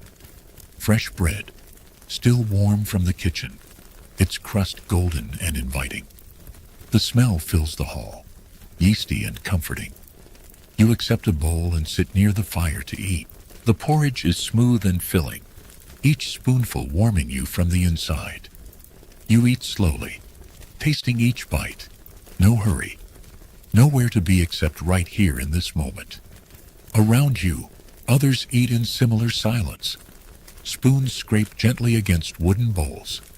Someone tears bread, the crust crackling softly. A child sighs contentedly. These small sounds create a peaceful atmosphere, everyone moving through the morning rituals with calm deliberation. The fire continues growing, its warmth now reaching all corners of the great hall. Shadows retreat slowly before the advancing light. The day is beginning, but gently, without rush or urgency. After breakfast, The lady of the manor rises and speaks quietly about today's plans. Her voice is soft and measured. Today, she explains, will be devoted to charity, to visiting the poorest families in the surrounding villages and bringing them food and warm clothing. She invites anyone who wishes to join this mission. You find yourself drawn to the idea. Something about the quiet morning, making you want to continue in this gentle, purposeful way. Baskets are prepared, each one filled carefully with bread and cheese, dried meat and warm woolen stockings, mittens and soil. The baskets are heavy, substantial, representing real sacrifice and genuine generosity. You accept one, feeling its weight against your hip. Others gather as well. Hey guys, tonight we are embarking on something special. A full 2-hour journey through the frozen world of medieval castles in the depths of winter. Yeah, you heard that right. 2 hours. Most of you will not make it past the first hour, and honestly, that is the point. This is designed to ease you into the deepest sleep while painting a picture of how people survived when walls meant everything and warmth was worth more than gold. You stand before a castle in the heart of winter. Its towers are rimmed with frost, its flags stiff with ice. The wind cuts across the open field like a blade made of frozen air. Inside those thick stone walls, a few hundred souls huddle together, praying that the firewood lasts until spring arrives. You can smell the cold already. It is sharp as iron, damp with age and threaded with wood smoke that curls from chimneys like gray ribbons against the pale sky. So before you get comfortable, and I mean really comfortable because we are in for the long haul, take a moment to like the video and subscribe. But only if you genuinely enjoy what I do here. Drop a comment with your location and what time it is there. I see you. 3 in the morning squad. For those using this for sleep, I have designed the pacing to gradually slow over our 2 hours together. Hour 1 will keep you engaged. Hour 2 starts the descent into dreams. Now, dim those lights. Set your sleep timer if you are wise. Maybe turn on that fan for white noise. And let us ease into tonight's journey together. Back nearly 11 centuries to a time when survival meant community, and every fire was a small miracle. The drawbridge creaks as you cross it, your boots striking frozen wood. Below, the moat lies still, half covered in ice that looks blue in the fading light. Guards stamp their feet on the battlements above, their breath rising like small ghosts into the winter sky. They nod as you pass through the gatehouse, a massive stone tunnel that smells of damp and horses and old straw. The portcullis hangs above like iron teeth, ready to drop at the first sign of danger. You step into the outer bailey, the large courtyard that forms the castle's first layer of life. Snow has been swept into drifts against the walls, but fresh powder already covers the paths again. Servants hurry past carrying bundles of firewood, their faces wrapped in wool until only their eyes show. A blacksmith's forge glows orange in the corner, sending up sparks that vanish into the gray afternoon. The heat from it reaches you even from 20 paces away, a small island of warmth in a sea of cold. The inner keep rises before you, a massive tower of limestone blocks fitted together so tightly that mortar barely shows between them. Each stone seems to hold the chill, like a memory, years of winters stacked one upon another. You can hear water dripping somewhere, melting ice from the roofs, forming icicles that hang like glass daggers from every ledge and eave. The sound echoes strangely, mixing with the distant clang of the blacksmith's hammer and the muffled voices of people moving about their work. This castle was built for defense, not comfort. The walls are sometimes 3 meters thick, designed to keep invaders out, but they also keep cold firmly in, trapped between the stones like an unwelcome guest who refuses to leave. The architects never intended warmth to be their specialty. Power and permanence were the goals. Comfort was something people had to create for themselves, layer by layer, fire by fire, hour by hour. You move toward the main entrance of the keep, passing a well where two boys hack at ice with iron bars. They laugh as they work, their voices bright against the dull afternoon. One of them slips, and the other catches him. And for a moment, their laughter echoes off the walls like music. It is a reminder that even in the hardest seasons, joy finds ways to survive. People adapt, they endure, they make warmth out of small victories. A raven lands on the parapet above, shaking snow from its black wings. It calls once, a sound both harsh and lonely, before leaping back into the white ski sleigh. You watch it disappear, and imagine what it sees from up there. The castle must look like a small stone island, in an endless ocean of snow and bare trees. Smoke rises from a dozen chimneys, proof that life continues inside, despite everything winter throws at these walls. The door to the keep stands open, and warm air spills out to meet you. It smells of wood smoke, and cooking meat, and humanity pressed close together. You can hear voices inside, the crackle of a great fire, the clatter of wooden bowls and spoons. This is where your journey truly begins. You cross the threshold, and the heavy door swings shut behind you, sealing out the wind's howl. For a moment, you stand in the dimness, letting your eyes adjust to the firelight that dances across smoke-darkened beams and stone walls hung with faded tapestries. Welcome to winter in a medieval castle. Welcome to a world where warmth is earned, where survival depends on thick walls and thicker resolve, where every day is a quiet battle against the cold that never truly ends until spring arrives. You are about to discover how hundreds of people lived through months of darkness and ice, finding comfort in community and turning necessity into ritual. The stones around you have witnessed centuries of such winters. Tonight, they will share their secrets with you. The wooden doors groan as they swing shut behind you, sealing out the shrieking wind. The air inside the great hall is thick with wood smoke, mutton grease, and a faint sweetness from ale casks stacked near the wall. Your eyes adjust slowly, tracing the dancing orange light that spills from the hearth at the far end of the room. It is enormous, a blazing square of flame big enough to roast an entire Styrox. Sparks tumble upward like gold dust caught in an invisible current. This is the heart of the castle, the place where warmth, conversation, and status collide in one smoky, crowded space. You walk across rush-strewn floors that crunch faintly beneath your boots with each step. Every few paces you pass benches crowded with people. Servants and guards and children stretch their hands toward the glow of the fire. The closer they sit to the flames, the higher their rank tends to be. Nobles bask near the center, their cloaks lined with expensive fur. Lower servants hover at the edges, half in shadow, catching what warmth they can. You can smell both money and manure here, the perfumes of the wealthy and the sweat of hard work mingled in one humid breath. The great hall was not just for eating. It was the medieval world's living room, courtroom, and gossip hub, all rolled into one. On feast days, its rafters shimmered with banners and candlelight. On long winter nights like this, it became a smoky cave of survival, where people gathered simply to stay alive. The air hums with low chatter, the scrape of knives on wooden trenchers, and a lute plucking somewhere near the raised platform, where the Lord sits. You drift closer to the fire, feeling its heat bite your face, while your back remains bone-deep chill. That was the eternal problem with medieval heating.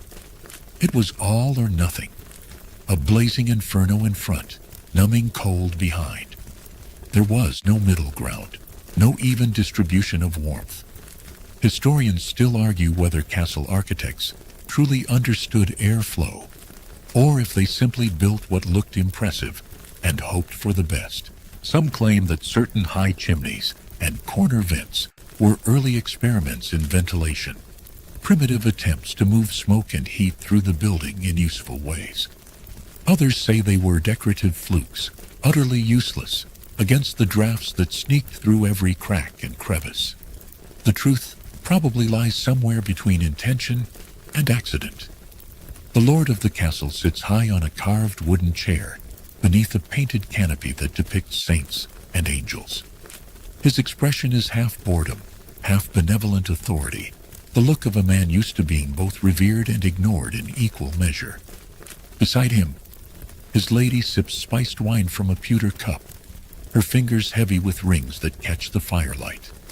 Their shadows loom behind them on the wall, like patient ghosts waiting for their turn. Servants weave through the crowd carrying wooden platters, piled with food that smells far richer than it probably tastes. Salted beef tough as old leather, boiled turnips gone soft and gray, pies thick with mystery meat that might be rabbit or might be something else entirely. Nobody asks too many questions about the contents of winter pies. You just eat what keeps you alive and hope your teeth hold out. You notice a cook near the hearth, sweating through her linen cap, despite the cold everywhere else. She has been feeding this fire since dawn, shoveling in logs with the steady rhythm of prayer. The wood hisses and spits as moisture hits flame. Most of it is oak, the best fuel for long-burning heat, though good hardwood is getting scarce as winter drags on. Every log that goes into the fire is one less log in storage, and everyone keeps count in the back of their minds.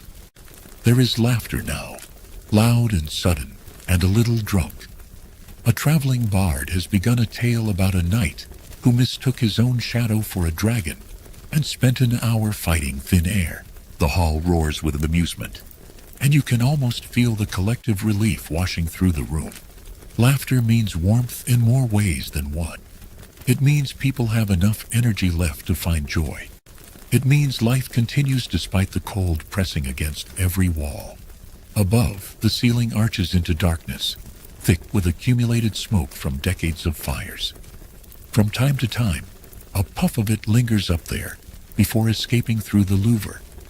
A wooden vent in the roof that opens to the sky. In theory, the smoke goes out through that hole. In practice, it curls back down again whenever the wind shifts, stinging eyes and staining every surface it touches. The tapestries on the walls are gray with it. The beams overhead are black with it. That is why medieval people's lungs were not in the best shape by modern standards. They breathed smoke from birth to death. Their bodies adapted to air that would make us cough and wheeze within minutes. Still, they accepted it as the price of warmth. Smoke meant safety. It meant a roof, a fire, and enough food to last through another night. Without smoke, there was only cold silence and the slow approach of starvation. At the far corner of the hall, a few men gamble with carved bone dice, the pieces clicking against the wooden table. One of them is missing fingers, probably lost to frostbite during some previous winter. He laughs anyway, tossing his meager winnings into a leather pouch with his remaining hand. The others eat with him, their voices carrying across the space. You wonder what they dream about when the fire dies low and sleep comes hard.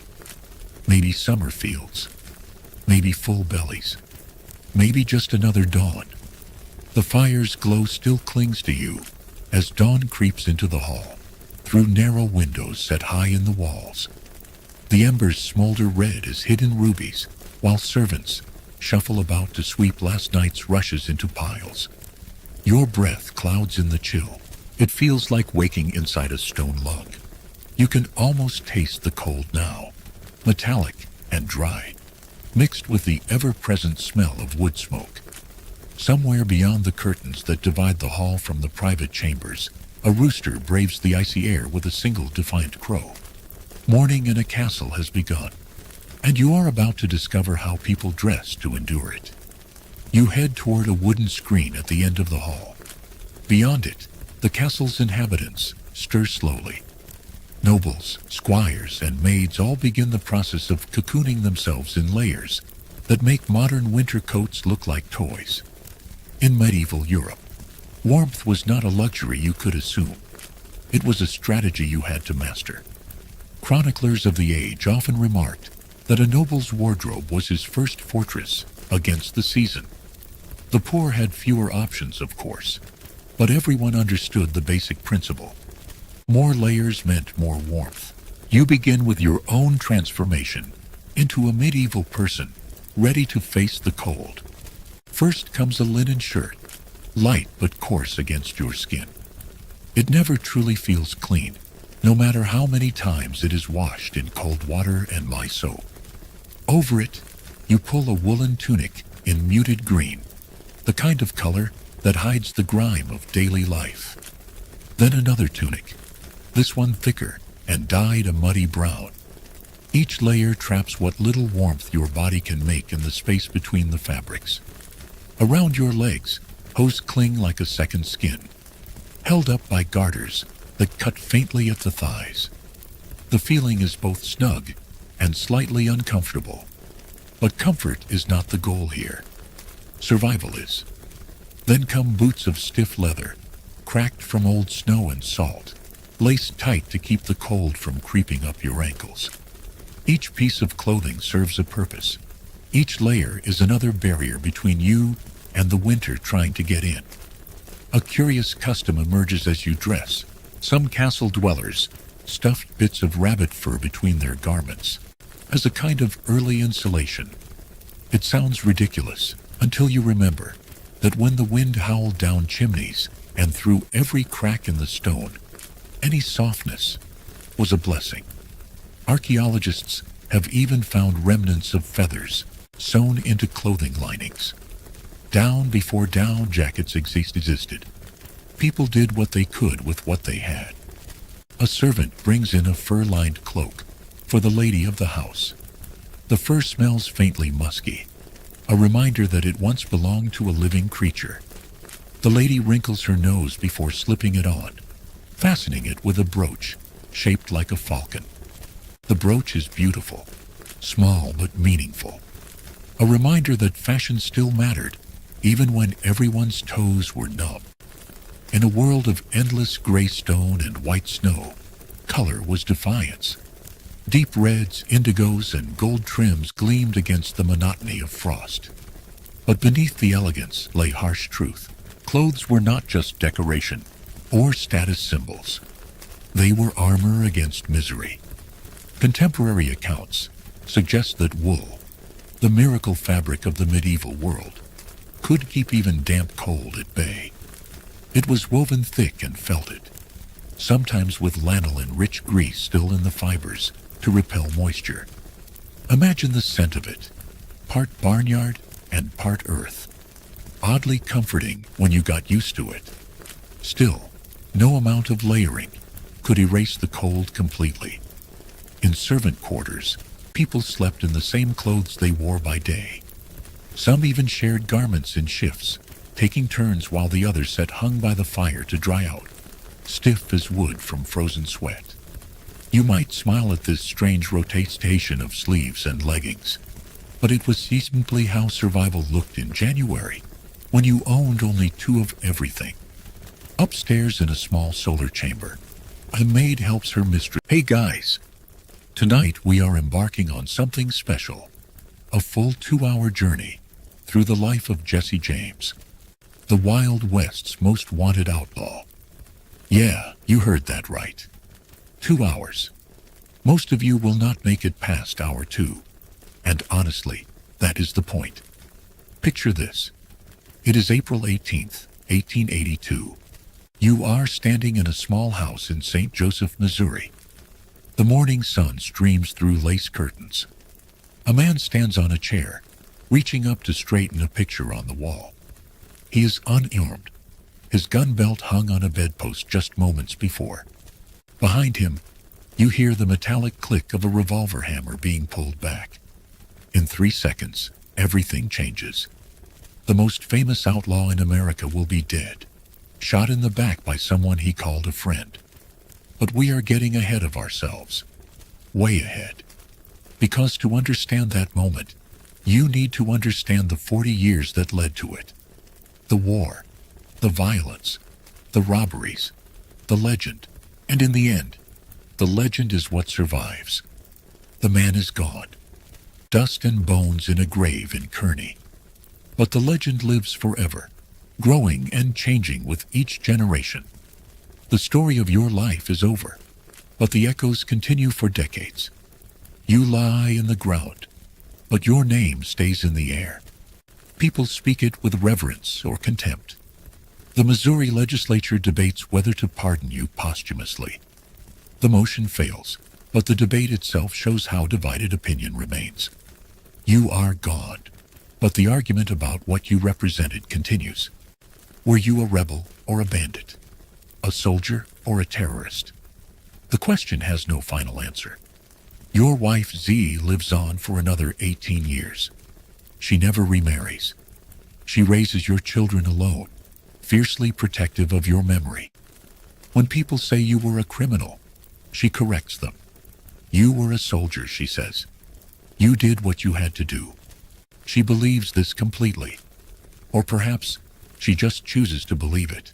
Tonight, we are going to walk through every step of Jesse James's journey, from Missouri farm boy to the man whose name became synonymous with the Wild West itself.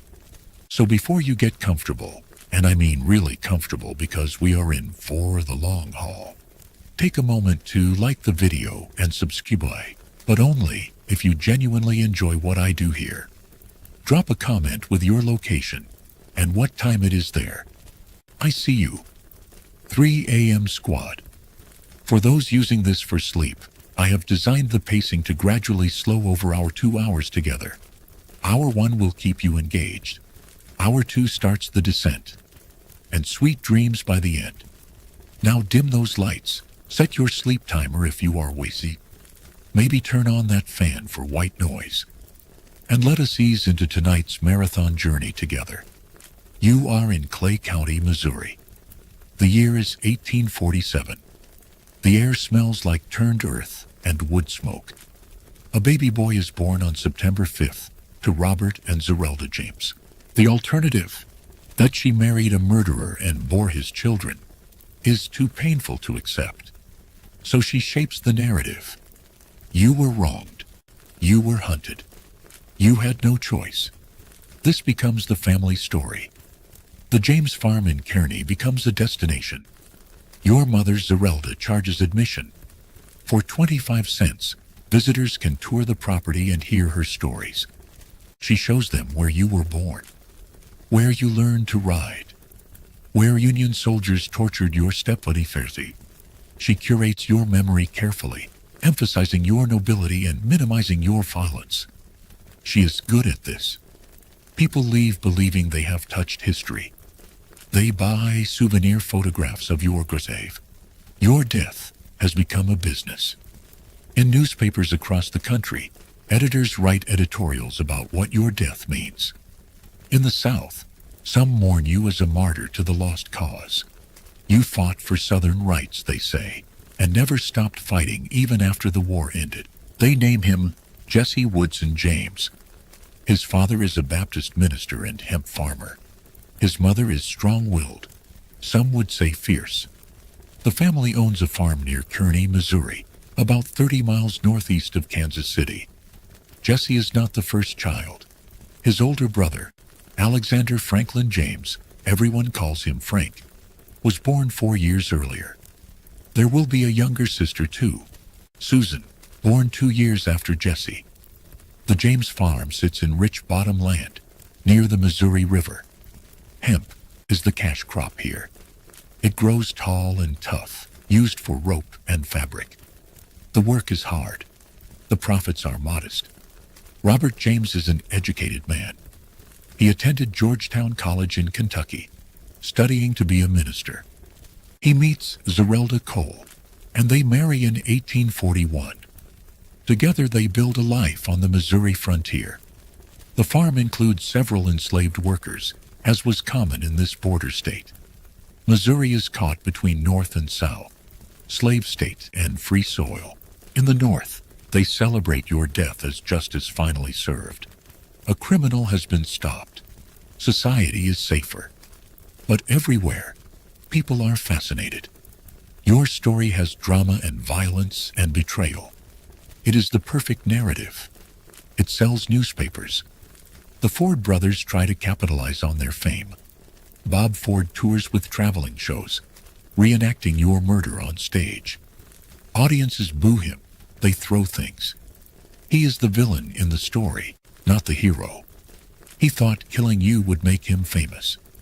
He was right, but not in the way he hoped. He is famous as a traitor, as the man who shot an unarmed man in the back, the coward who killed Jesse James. Bob drinks heavily to cope with the hatred. It does not help. Cole Younger and his brothers sit in prison, serving life sentences for the Northfield raid. They hear about your death and feel a complicated mix of emotions. Relief that you are gone, that the hunt is over. Anger that you died while they rot in prison. This tension will define everything about Jesse's life. When Jesse is 3 years old, his father makes a fateful decision. Gold has been discovered in California. Robert James feels called to minister to the gold miners. In 1850, he leaves his family and heads west to seek fortune and save souls. He never returns. Robert James dies in a California gold camp, probably from cholera, in August of that same year. Jesse will have almost no memory of his father. Zerelda James is now a widow, with 3 small children and a farm to run. She is 25 years old. She does not stay single long. Within a year, she marries Benjamin Sims. The marriage is unhappy. Sims and Zerelda fight constantly. He has no patience for her children. The marriage lasts less than 3 years. When it ends, Zerelda has full custody of her children, and Sims leaves Missouri for good. In 1855, Zerelda marries for a 3rd time. Grief for the old days, when you rode together and felt invincible. Cole will eventually be paroled in 1901. He will write his memoirs and tour with traveling shows. He will live to 1916, dying of old age. He outlives you by 34 years. Frank James surrenders in October 1882, 6 months after your death. He walks into the office of Governor Crittenden and hands over his guns. He is tired of running, tired of hiding. He stands trial in Missouri for murder and robbery. The jury acquits him. They believe Frank was a soldier, not a criminal. Or maybe they just do not want to convict him. Frank lives the rest of his life quietly. He works as a shoe salesman. He gives tours of the old farm. He becomes a relic, a living connection to the Wild West. People like talking to him. He tells good stories. The legend of Jesse James takes on a life of its own. Writers who never met you write your biography. They invent dialogue. Dr. Reuben Samuel is a quiet, gentle man, completely unlike her second husband. He is a physician and farmer. More importantly, he treats Frank and Jesse like his own sons. Dr. Samuel will stay with the family through everything that comes next, through war and violence and notoriety. He is the only real father figure Jesse will ever know. By the time Jesse is 10 years old, life on the Samuel farm has settled into a pattern. You wake before dawn. The rooster crows. You pull on rough cotton clothes and head outside where the morning air is cool even in summer. There are chickens to feed, eggs to gather, firewood to chop. Frank is older and stronger, but you work hard to keep up. Your mother expects nothing less. School happens when there is steam for it. A one-room schoolhouse a few miles down the road. You learn reading and arithmetic and scripture. The teacher is stern. The lessons are basic easy. Most boys your age can barely write their own names. You learn enough to get by. They add romantic flourishes. You become a character in dime novels, always noble, always wronged. In these stories, you only rob banks owned by railroad barons and Yankee carpetbaggers. You never hurt innocent people. You give money to widows and orphans. None of this is true. but truth matters less than story. The legend needs you to be heroic, so the legend makes you heroic. Songs are written about you. The ballad of Jesse James becomes a standard. Jesse James was a lad who killed many a man. The lyrics go. He robbed the Glendale train. It was on a Saturday night, and the moon was shining bright. He stopped the Glendale train. The song spreads across the country. Cowboys sing it. Miners sing it. It becomes part of American folklore. You are immortalized in song, simplified into verses, reduced to rhymes.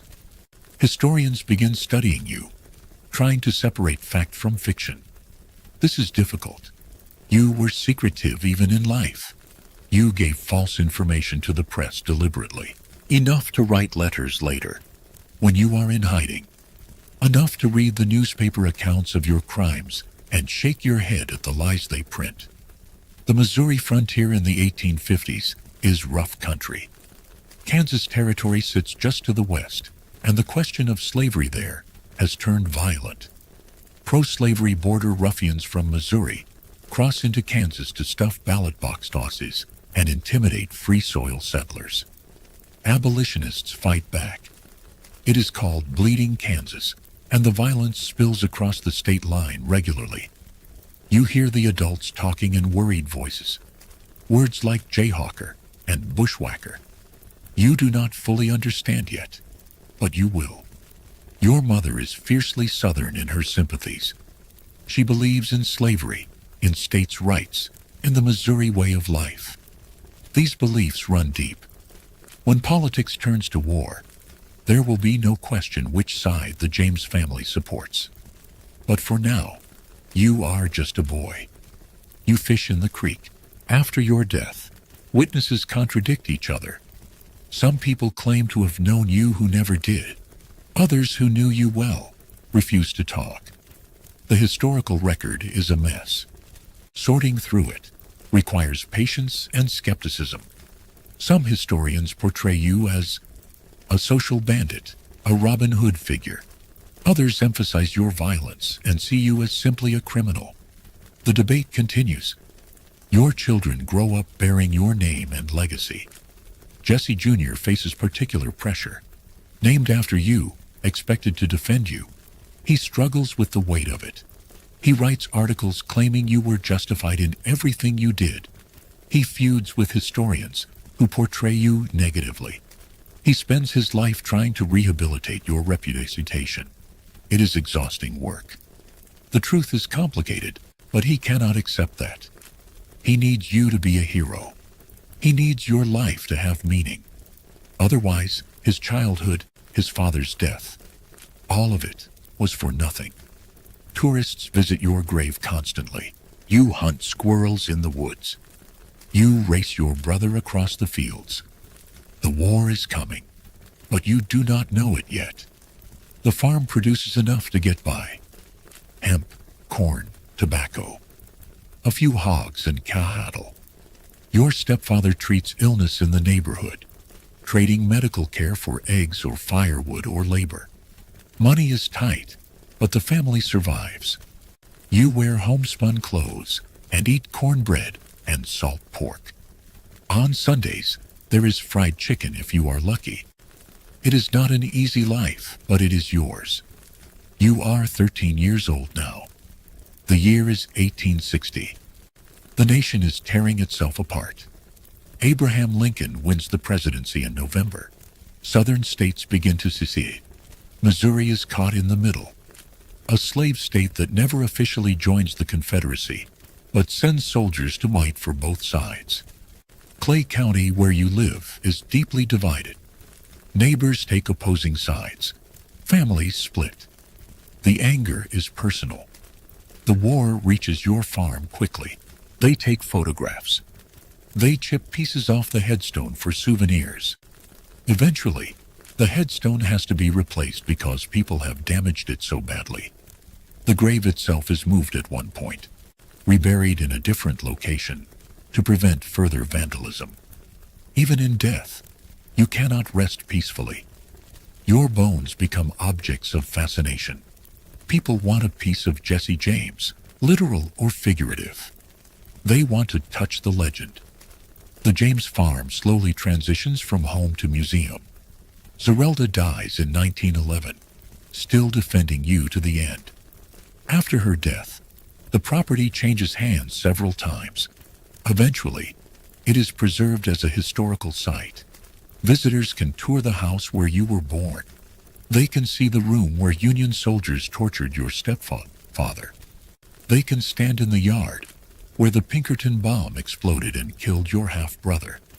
The violence that shaped your life becomes educational content for tourists. Missouri becomes one of the most brutal theaters of the Civil War. Though the big battles happen elsewhere, here it is guerrilla warfare. Raids and ambushes and midnight visits. Pro-Union militias hunt Confederate sympathizers. Pro-Confederate guerrillas strike back at Union supporters. There are no uniforms half the time. Just men with guns settling old scores under the cover of war. Your brother Frank is 17 when the war starts. In 1861, he joins the Missouri State Guard, a pro-Confederate force. He fights at the Battle of Wilson's Creek in August, one of the first major battles west of the Mississippi. The Confederates win, but it is bloody. Frank comes home changed. He has seen men die. He has killed men himself. The boy is gone. Frank does not stay home long. He joins up with guerrilla fighters, irregular cavalry that operates outside the normal army structure. These guerrillas are led by men like William Clark Quantrill and Bloody Bill Anderson. In the decades after your death, the American West changes completely. The frontier closes. The railroad spans the continent. Towns become cities. Law and order are established. The Wild West, the era you lived through, becomes nostalgia. People look back on it romantically, forgetting how violent and chaotic it actually was. You become a symbol of that lost world. Dangerous, yes, but also free. Lawless, yes, but also adventurous. The reality was grim. The memory is golden. The 20th century arrives, and you have been dead for 18 years. The world is changing rapidly. Automobiles replace horses. Electricity lights cities. The frontier is completely gone now, absorbed into states and settled land. The Wild West is history, something grandparents remember. But your name endures. New generations hear the stories. Some are true. Most are embellished. A few are complete inventions. But the name Jesse James carries weight. They are not soldiers in any traditional sense. They are raiders. They hit Union outposts, burn supply depots, kill enemy troops, and sometimes civilians. The line between warfare and murder blurs to nothing. You are too young to fight, but the war visits your farm anyway. Union militia troops come looking for Frank. They question your stepfather roughly. They tear through the house searching for weapons or evidence. Your mother stands firm, defiant, protecting her family with fierce loyalty. She does not tell them where Frank is hiding. She would die first. In 1863, Union troops come again. This time they arrest Dr. Samuel. They take him away and torture him, hanging him from a tree and demanding to know where the guerrillas are camped. Your stepfather nearly dies. When they finally release him, he can barely walk. You watch this happen. You are 15 years old. The hatred roots itself deep in your chest. The same soldiers beat you. In the early 1900s, moving pictures become popular. Filmmakers discover that Western stories play well on screen. In 1921, the first Jesse James movie is released. It is a silent film, simple and melodramatic. You are portrayed as a hero, wronged by corrupt authorities. The movie is a hit. More films follow. Over the decades, dozens of movies feature you as a character. Some are historically accurate. Most are not. Hollywood prefers legend to truth. The legend is more exciting. Tyrone Power plays you in the 1939 film Jesse James. He portrays you as a noble farmer, driven to outlawry by railroad injustice. The movie is beautiful, shot in Technicolor, sweeping and romantic. It makes millions of dollars. It cements your image in the popular imagination. Generations of Americans will base their understanding of you on this film. The real Jesse James, complicated and violent, disappears beneath the Hollywood version. The actor is handsome. They want information about Frank, about the gorillas he rides with. You do not tell them anything. Not because you are particularly brave, though you will remember it that way later. You do not tell them because you genuinely do not know. Frank keeps his movements secret to protect the family. But the beating teaches you something. The Union soldiers are the enemy. They hurt your family. They deserve whatever violence comes their way. By the spring of 1864, you are 16 and done watching. You seek out the guerrilla fighters yourself. You find them camped in the woods, rough men with long hair and multiple revolvers tucked in their belts. They eye you suspiciously. You are young, barely old enough to shave. But Frank vouches for you. And your hatred for the Union troops is obvious and useful. The guerrillas welcome you in. This is not an army. There are no drills or formations or rules beyond loyalty to the group. You learn to ride hard and fast. The hero is virtuous. The truth is irrelevant. In the 1950s, television westerns become enormously popular. Shows like Gunsmoke and Have Gun Will Travel dominate the airwaves. You appear as a character in multiple episodes of different series. Sometimes you are the hero, sometimes the villain, sometimes both. Television Western heroes follow a code, a sense of honor even in violence. This code is projected backward onto you. You are remembered as having principles. In reality, your only principle was survival. But the myth requires more. The 1960s bring cultural upheaval. The Vietnam War, civil rights struggles, distrust of government. Suddenly, you seem relevant again. An outlaw who fought against authority. A rebel who would not conform. Counterculture figures adopt you as a symbol. They ignore your pro-slavery sympathies and focus on your defiance. You become whatever people need you to be. The Confederate guerrilla is forgotten. You learn to shoot revolvers, sometimes one in each hand. The guerrillas favor Colt revolvers, often carrying 4 or 6 at a time. Reload time gets men killed, so you carry multiple loaded guns instead. You practice until you can draw and fire in a single smooth motion. The guerrilla life is brutal. You sleep in the woods or in the homes of Southern sympathizers who hide you from Union patrols. You eat whatever you can get. Some days, you are half-starved. Other days, after a successful raid, you feast on stolen supplies. You grow lean and hard. Your face loses its boyish softness. The war ages you 5 years in the space of 1. Your first raid is terrifying and exhilarating. You ride with 20 other guerrillas to attack a Union outpost. The plan is simple. Ride in fast, shoot everyone in sight, take what you can carry, and ride out before reinforcements arrive. Your heart hammers in your chest. Your hands sway inside your gloves. The rebel outlaw is celebrated. Your meaning changes with the times. Historians in the mid-20th century take another look at your life. They have access to better sources now.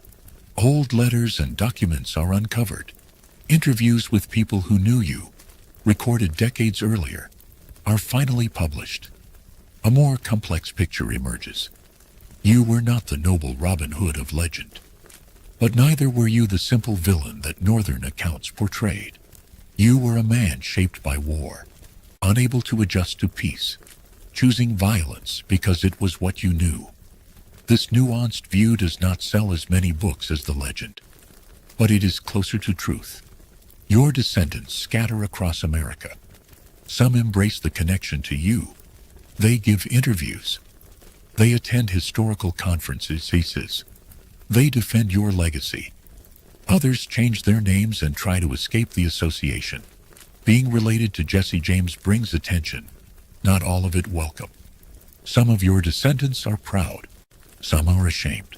When the shooting starts, you fire your revolver again and again, barely aiming. The noise is incredible. Gunsmoke fills the air. Men scream. You do not know if you kill anyone that first time. Probably you do. The guerrillas kill 4 Union soldiers and wound 3 more. You grab ammunition and supplies and ride away. The entire raid takes maybe 15 minutes. Afterward, your hands shake so badly you can barely hold your reins. The older guerrillas laugh and clap you on the back. You have been bloodied. You are one of them now. The raids continue through the summer of 1864. You hit Union supply wagons. You ambush small patrols. You burn the farms of known Union supporters. The violence becomes routine. You stop shaking before raids. You stop thinking about the men you kill. They are just targets. They wear blue, and they hurt people like you, so they deserve to die. It is that simple in your mind. Most are ambivalent. You are a complicated ancestor to have. The James Farm in Kearney continues as a historical site. It is upgraded over the decades. Interpretive signs are added. The house is restored to period accuracy. Tour guides tell your story to school groups and tourists. The narrative they present is carefully balanced. They acknowledge your crimes while explaining the context of Reconstruction Missouri. They do not glorify you, but they do not demonize you either. You are presented as a historical figure, complicated and controversial. This is probably the fairest treatment your memory has ever received. In the 1980s and 90s, academic interest in you grows. Multiple biographies are published. T.J. Stiles writes, Jesse James, Last Rebel of the Civil War, a thorough and critical examination of your life. The book wins awards. It presents you as a man who refused to accept the war's end, who turned to crime not from necessity, but from ideology and habit. In August of 1864, you ride into Kansas with Quantrill's raiders. The target is Lawrence, a center of abolitionist sentiment. Quantrill wants revenge for earlier Union raids on Missouri towns. You are part of a force of 400 guerrillas. You ride all night to reach Lawrence at dawn. What happens next will haunt the region for decades. The Lawrence Massacre. You are there. The guerrillas sweep through Lawrence, killing every man and boy they find. The orders are clear. No male prisoners. You see houses burning. You hear women screaming. Men are dragged from their homes and shot in front of their families.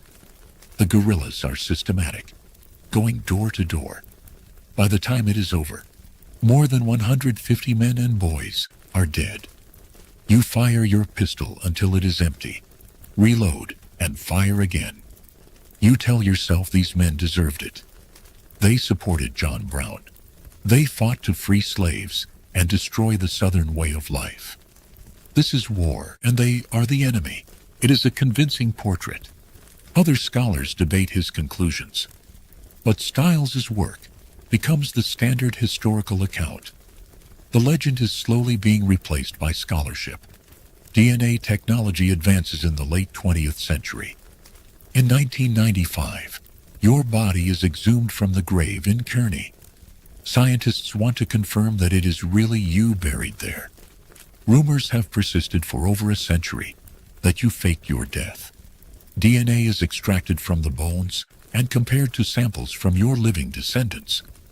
The results are conclusive. The body is yours. Jesse James really is dead. He has been dead since 1882. The conspiracy theories can finally be put to rest. Though, of course, some people refuse to believe even DNA evidence. The internet age brings new interest in your story. Websites dedicated to you appear. Forums discuss your crimes and motivations. Amateur historians share research. Photographs and documents are digitized and made available online. But late at night, when you are trying to sleep, you see their faces. You hear their families begging for mercy. You push the thoughts away. There is no room for doubt. Doubt gets you killed. Or worse, it makes you weak. And you cannot afford to be weak. Not now. Not ever. You are riding with Bloody Bill Anderson now. The year is still 1864. William Anderson is perhaps the most violent of all the guerrilla leaders. He is tall and handsome with dark hair and a thick beard. He is also completely ruthless. His nickname comes from his tactics. He takes no prisoners. He mutilates bodies. He collects scalps. You watch him do these things, and you do not look away. Looking away means you are soft. You cannot be soft. Anderson's band numbers about 50 men at any given time. The group is fluid. Men come and go. Some die. Some desert. Some join other guerrilla groups. But the core remains constant. The hardest and most violent fighters in Missouri. Frank is here with you now. Your life is more accessible to researchers than ever before. But the internet also spreads misinformation. False stories and invented quotes proliferate. Separating fact from fiction becomes harder, not easier. The legend adapts to new media, mutating and spreading. Young people in the 21st century learn your name, though they often know little about you. You are a vague symbol of the Wild West, a famous outlaw. They might not know what you actually did or why, but they know the name. Jesse James. It carries echoes of adventure and danger. The details have faded. The brand remains. You have become mythology stripped of specifics, reduced to essence. Jesse James, outlaw. That is all that is left. Maybe that is all that ever mattered. You have been dead for over a century now. The world you lived in is unrecognizable. Horses have been replaced by cars. Telegraph by internet. The American West you knew is tourist destinations and national parks. But your story persists. The James brothers ride together. You have each other's backs. That is all that matters. The guerrillas operate with frightening efficiency. You strike Union columns on the move. You ambush supply trains. You raid towns held by Union troops. The tactic is always the same. Sudden violence, overwhelming firepower, and immediate retreat. You never stand and fight. You hit and run. The Union troops call you terrorists and outlaws. You call yourselves Confederate soldiers. Both are probably true. In September of 1864, you participate in the Centralia Massacre. This is the raid that will make Anderson's name synonymous with brutality. You ride into Centralia, Missouri, a small town with a train depot. The guerrillas stop a train and force all the passengers off. Among them are 22 Union soldiers, unarmed and on leave. Anderson orders them stripped and shot. You watch as they are executed one by one. Some beg for mercy. Anderson laughs. Each generation rediscovers you. Each generation interprets you differently. You are a mirror. People see in you what they want to see. In the early 21st century, several new films about you are released. The Assassination of Jesse James by the Coward Robert Ford, directed by Andrew Dominic, is released in 2007. It is a slow, meditative film. Brad Pitt plays you as depressed and paranoid in your final months. The film focuses on your relationship with Bob Ford, exploring the psychology of betrayal. It is critically acclaimed, but not a commercial success. Audiences want action. This film offers introspection. It is probably the most accurate portrayal of your final year ever filmed. Academic conferences are held discussing your legacy. Historians, sociologists, and cultural critics debate what you represent. Later that same day, Union troops from the 39th Missouri Infantry come looking for Anderson. They find you. But instead of running, Anderson decides to fight. This is unusual. The guerrillas almost never engage in open combat. But Anderson is confident. His men are better horsemen and better shots. The Union troops, about 150 of them, form a defensive line. Anderson leads a direct cavalry charge. You ride in that charge. 50 guerrillas against 150 Union soldiers. It should be suicide. Instead, it is a massacre. The guerrillas break the Union line in minutes. You are firing your revolver at point-blank range. Men fall from their horses, others throw down their weapons and run.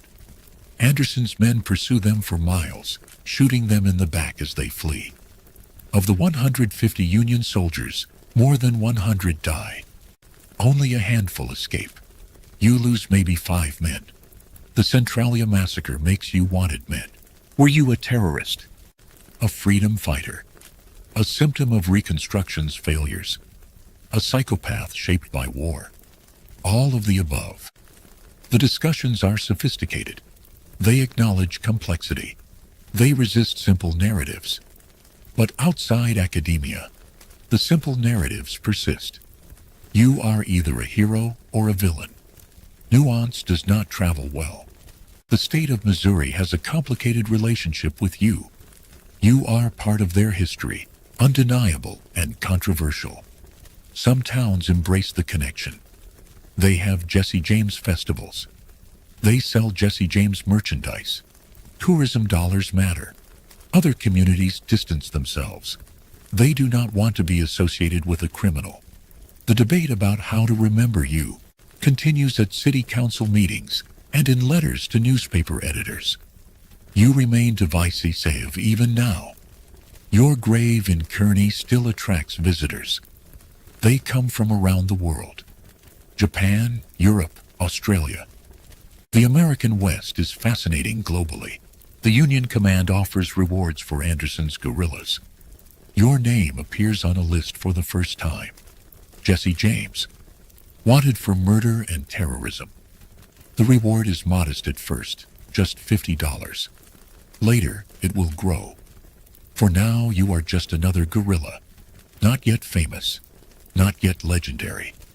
Just a teenage killer in a dirty shirt, with blood on his hands. Anderson himself does not survive the year. In October of 1864, he is killed in an ambush near Albany, Missouri. Union troops catch his band by surprise. Anderson fights his way clear, but takes 2 bullets. He bleeds to death in a cornfield. The Union soldiers cut off his head and display it on a telegraph pole. You hear about this and feel nothing. Death is so common now it barely registers. Anderson is gone. Someone else will lead. The war goes on. With Anderson dead, you drift between different guerrilla bands. Sometimes you ride with Archie Clement, one of Anderson's lieutenants. You are part of that fascination. People stand by your headstone and take photographs. They leave coins on the grave, a tradition whose origin is unclear. Some leave flowers. A few leave whiskey bottles. Though the cemetery discourages this, you would probably find the attention absurd.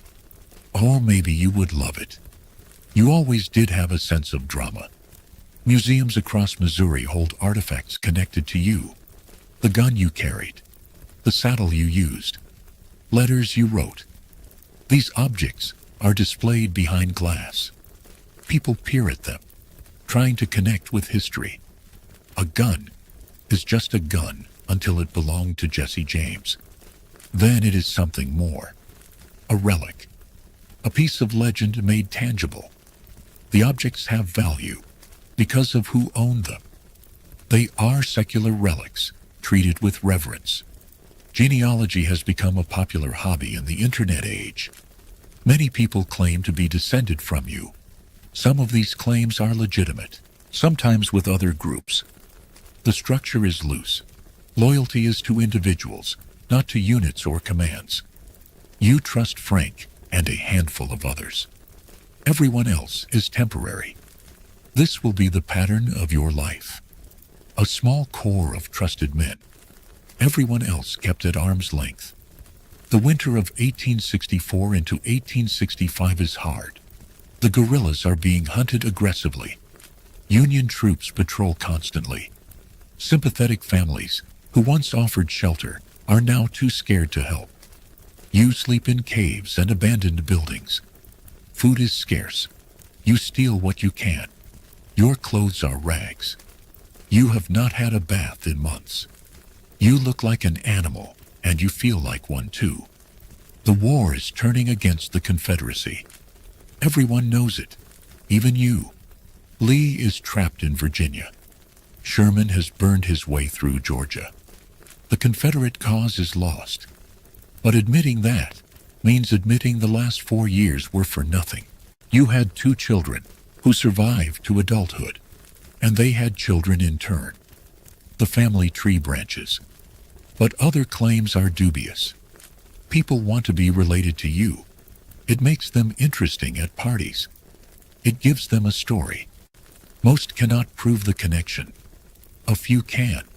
Your DNA is scattered through America now, carried by descendants who may not even know about you. The James Farm hosts reenactments. Men dress in period clothing and reenact events from your life. The bank robberies, the guerrilla raids.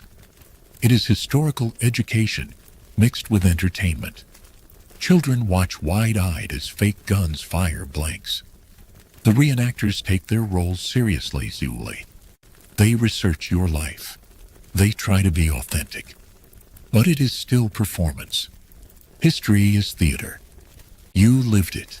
They play at it. The difference is absolute.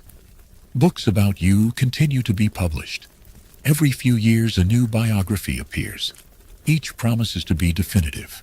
Each claims to reveal the real Jesse James. It means all the killing and dying and suffering had no purpose. So you keep fighting. Not because you believe you can win.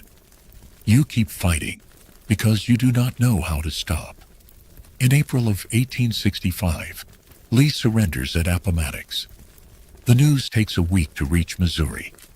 When it does, most of the guerrillas simply go home. They bury their weapons and try to blend back into normal life. The war is over. But for you, it is not that simple. You have committed crimes that go beyond warfare. The Lawrence Massacre alone would see you hanged. You cannot just go home and expect amnesty. You are 17 years old, and the war is over. You have been fighting for nearly 2 years. You have killed more men than you can count. You have burned homes and stolen property and committed acts that will trouble your sleep for the rest of your life. And now, the war that justified all of it is finished. The Confederacy is gone. You are not a soldier anymore. They offer different interpretations based on the same basic facts. You were shaped by the Civil War. You became an outlaw. You were killed by Bob Ford. Everything else is analysis and opinion. The facts are fixed. The meaning is fluid. Each generation writes you anew. Young adult novels feature you as a character. In these books, you are often romanticized. A dashing outlaw with a heart of gold. Or sometimes you are reimagined completely. Jesse James as a vampire hunter. Jesse James in space. Fiction takes your name and does whatever it wants with it. You are a brand now, not a person. The historical Jesse James is source material. The fictional versions are entertainment. They bear little resemblance to who you actually were. But they keep your name alive. Video games include you as a character. Red Dead Redemption, a popular Western game, features an outlaw protagonist clearly modeled on you. Players make choices about honor and violence. They rob banks and evade the law. You are just a criminal with a price on your head. You have no skills except violence. no education except killing. What are you supposed to do now? You honestly do not know. The war ends, but the fighting does not. Missouri remains a violent place. The old guerrillas struggle to reintegrate into society. Many simply cannot. They have been shaped by war into something that does not fit peacetime. You are one of these. You try to go home to the farm. You want to just work the land and forget the war. But the Union authorities have other ideas. There is no amnesty for guerrillas. Not real amnesty. Not for men like you. In May of 1865, you and Frank decide to surrender under a flag of truce. You ride into Lexington, Missouri, with a small group of former guerrillas. You are trying to negotiate terms. The Union troops seem willing to talk. Then someone opens fire. Later, accounts will disagree about who shot first. You will always claim the Union troops betrayed the truce. They experience a simplified version of your life as entertainment. This would have been unimaginable to you. But here you are, in the 21st century, as a video game character. Your life reduced to gameplay mechanics. It is absurd and somehow appropriate. Country music songs reference you occasionally. You fit the outlaw country genre perfectly. Songs about rebels and outlaws naturally invoke your name. You are shorthand for a certain kind of American defiance. The songs do not tell your actual story. They use your name as a symbol. Jesse James, the man who would not be tamed. Jesse James, living free or dying trying. The songs are not about you. They are about an idea of you. The real you is long gone. Podcasts devoted to true crime and history dedicate episodes to you. Hosts research your life and present it to listeners. They discuss the crimes, the context, the controversy. Podcasts reach millions of people. Your story is told and retold, analyzed and debated. The Union will claim the guerrillas went for their weapons.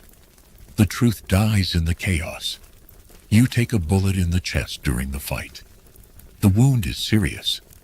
You fall from your horse and barely make it to cover. Frank and the others lay down covering fire and pull you away. You lose consciousness. When you wake, you are in a wagon, bleeding badly, being carried toward the James farm. The pain is incredible. You think you might die. Part of you almost welcomes it. Death would be simpler than whatever comes next. Dr. Samuel treats your wound. The bullet entered just above your right lung. By pure luck, it missed your heart and major blood vessels. But it did not exit cleanly. Dr. Samuel has to probe for the bullet with forceps.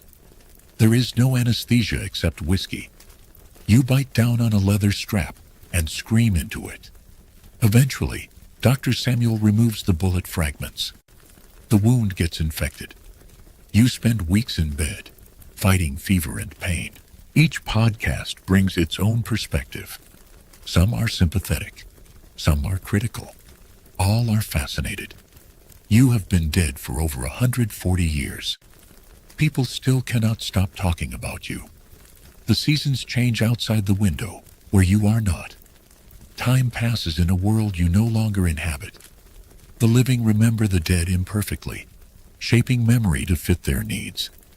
You are remembered, but the memory is not you. It is a story people tell about the past. The story changes. The past does not. You lived. You killed. You died. These are facts. Everything else is interpretation. The house on Lafayette Street in St. Joseph still stands. It has been moved twice, relocated to different sites for preservation. It is now a museum.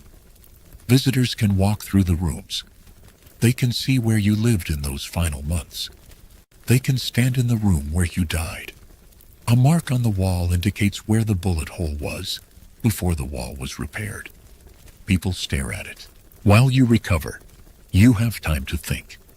The war is over, but you are not a free man. There are warrants for your arrest.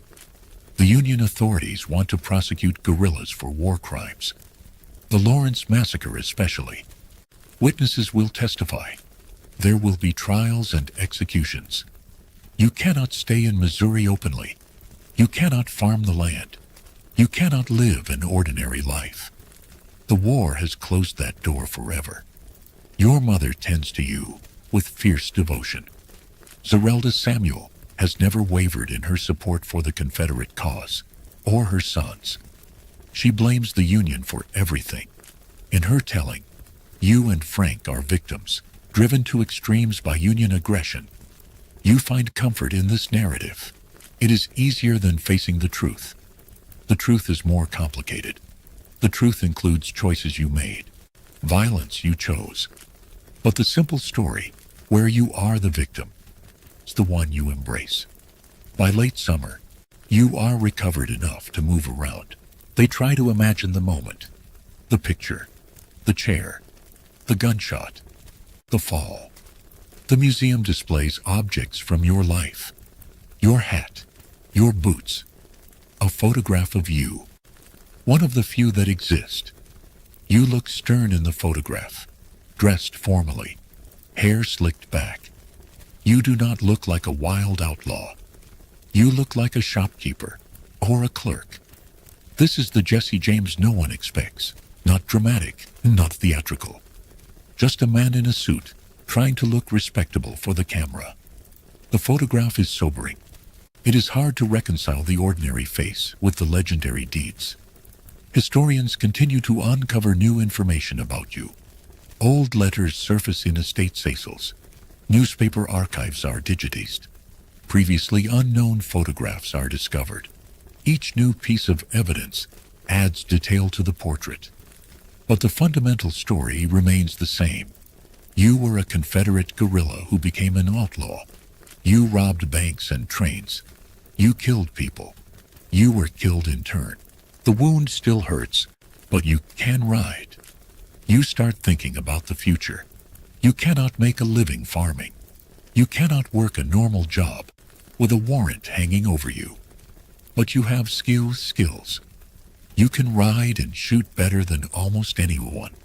You are smart and daring. Maybe you think there is a way to survive outside the law. Maybe even to thrive. Frank is thinking the same thing.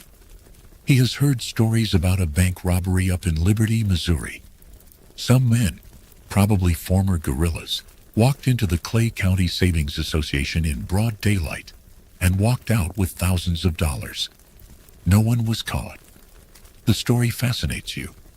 Banks have money. Banks are largely unguarded. And banks, especially in Missouri, often represent northern capital. Robbing them would be both profitable and symbolically satisfying. You and Frank talk it through carefully. A bank robbery would require planning and trusted men. You would need good horses and a knowledge of the local roads. The details are interesting. The outline is unchanging. The question of your motivation is still debated. Were you driven by ideology or greed? Did you rob banks because you believed in the Confederate cause, or because you liked money? The answer is probably both. People are complicated. Motivations are mixed. You likely told yourself you were still fighting the war. And you likely enjoyed the money and the excitement. These things are not mutually exclusive. But people want simple answers. They want you to be one thing or another. You were both. Your relationship with violence is examined by psychologists and historians. You were trained to kill as a teenager. You saw extreme violence during the war. You committed extreme violence yourself. This shaped your brain in ways that made peaceful civilian life difficult or impossible. Modern understanding of PTSD helps explain what you might have experienced.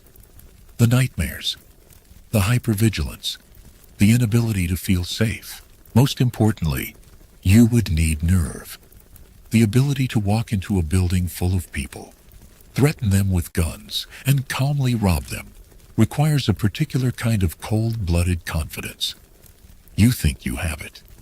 The war taught you to stay calm under fire. This would just be another raid, just like the old days, except for money instead of for the Confederacy. The idea takes root. You begin recruiting. You reach out to other former guerrillas. Archie Clement is interested. Cole Younger and his brothers. Several others.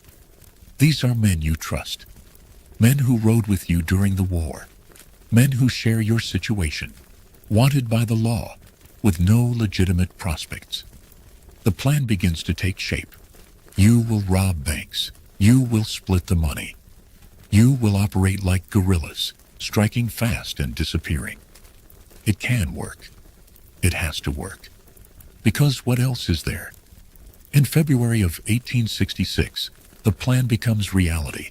You had no vocabulary for these experiences. You just lived with them. If you had lived in a different time, therapy and medication might have helped you. You might have been able to process your trauma and reintegrate into society. But this was the 19th century. Trauma was not understood. Men were expected to endure silently. So you buried your pain and channeled it into violence. This does not excuse your crimes, but it provides context. You were not born an outlaw. You were made into one. By war and circumstance and choice. The legacy of the Civil War haunts your story. You cannot understand Jesse James without understanding the war. The bitterness of Reconstruction. The guerrilla warfare in Missouri. The refusal of some Southerners to accept defeat. You were a product of that conflict. When the war ended officially, it continued unofficially through men like you. Your robberies were an extension of the war, by other means. At least, that is how you saw it. The target is the Clay County Savings Association in Liberty, Missouri. The same bank that was hit before. Maybe that is bold, or maybe it is stupid. You choose to think of it as bold. The bank sits on the town square. It is mid-morning on a cold Tuesday. The streets are busy. This is not happening in secret or darkness. You are going to rob a bank in broad daylight, in front of witnesses, with confidence that you will escape. You ride into Liberty with about a dozen men. Most stay with the horses. You and 2 others enter the bank. You draw your revolvers. The few people inside freeze. You order them to the floor. The bank clerk, a young man named Greenup Bird, moves toward the safe. You tell him to open it. He hesitates. You fire a shot into the ceiling. Plaster rains down. Bird opens the safe. There is about $60,000 inside. A fortune. More money than you have ever seen. You and the others fill bags with cash and coins. The whole robbery takes maybe 2 minutes. Others just saw crime. The mythology of the lost cause shaped how some people remembered you. The Lost Cause was a revisionist narrative about the Civil War. It claimed the South fought for states' rights, not slavery. It portrayed Confederates as noble and wronged. This mythology made you a hero to many white Southerners. You were the man who never surrendered, who kept fighting even after Lee gave up. This narrative is historically false, but it was powerful. It shaped your legend for generations.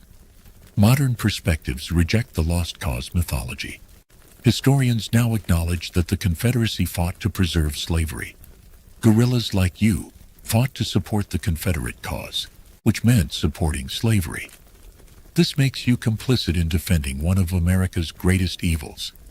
Some of your modern defenders struggle with this. They want to admire you as an outlaw, while ignoring what you fought for. But the two cannot be separated. You chose a side. You back toward the door, guns still drawn. Then you mount your horses and ride out of town at a gallop. Behind you, people are shouting and pointing. Someone fires a gun but misses. You lean low over your horse's neck and ride hard. A college student named George Wymore is standing near the bank when you ride past. One of your men, you never know who, shoots him. Wymore falls dead in the street, the first casualty of your new career. You do not pull the trigger, but you are part of the gang that did.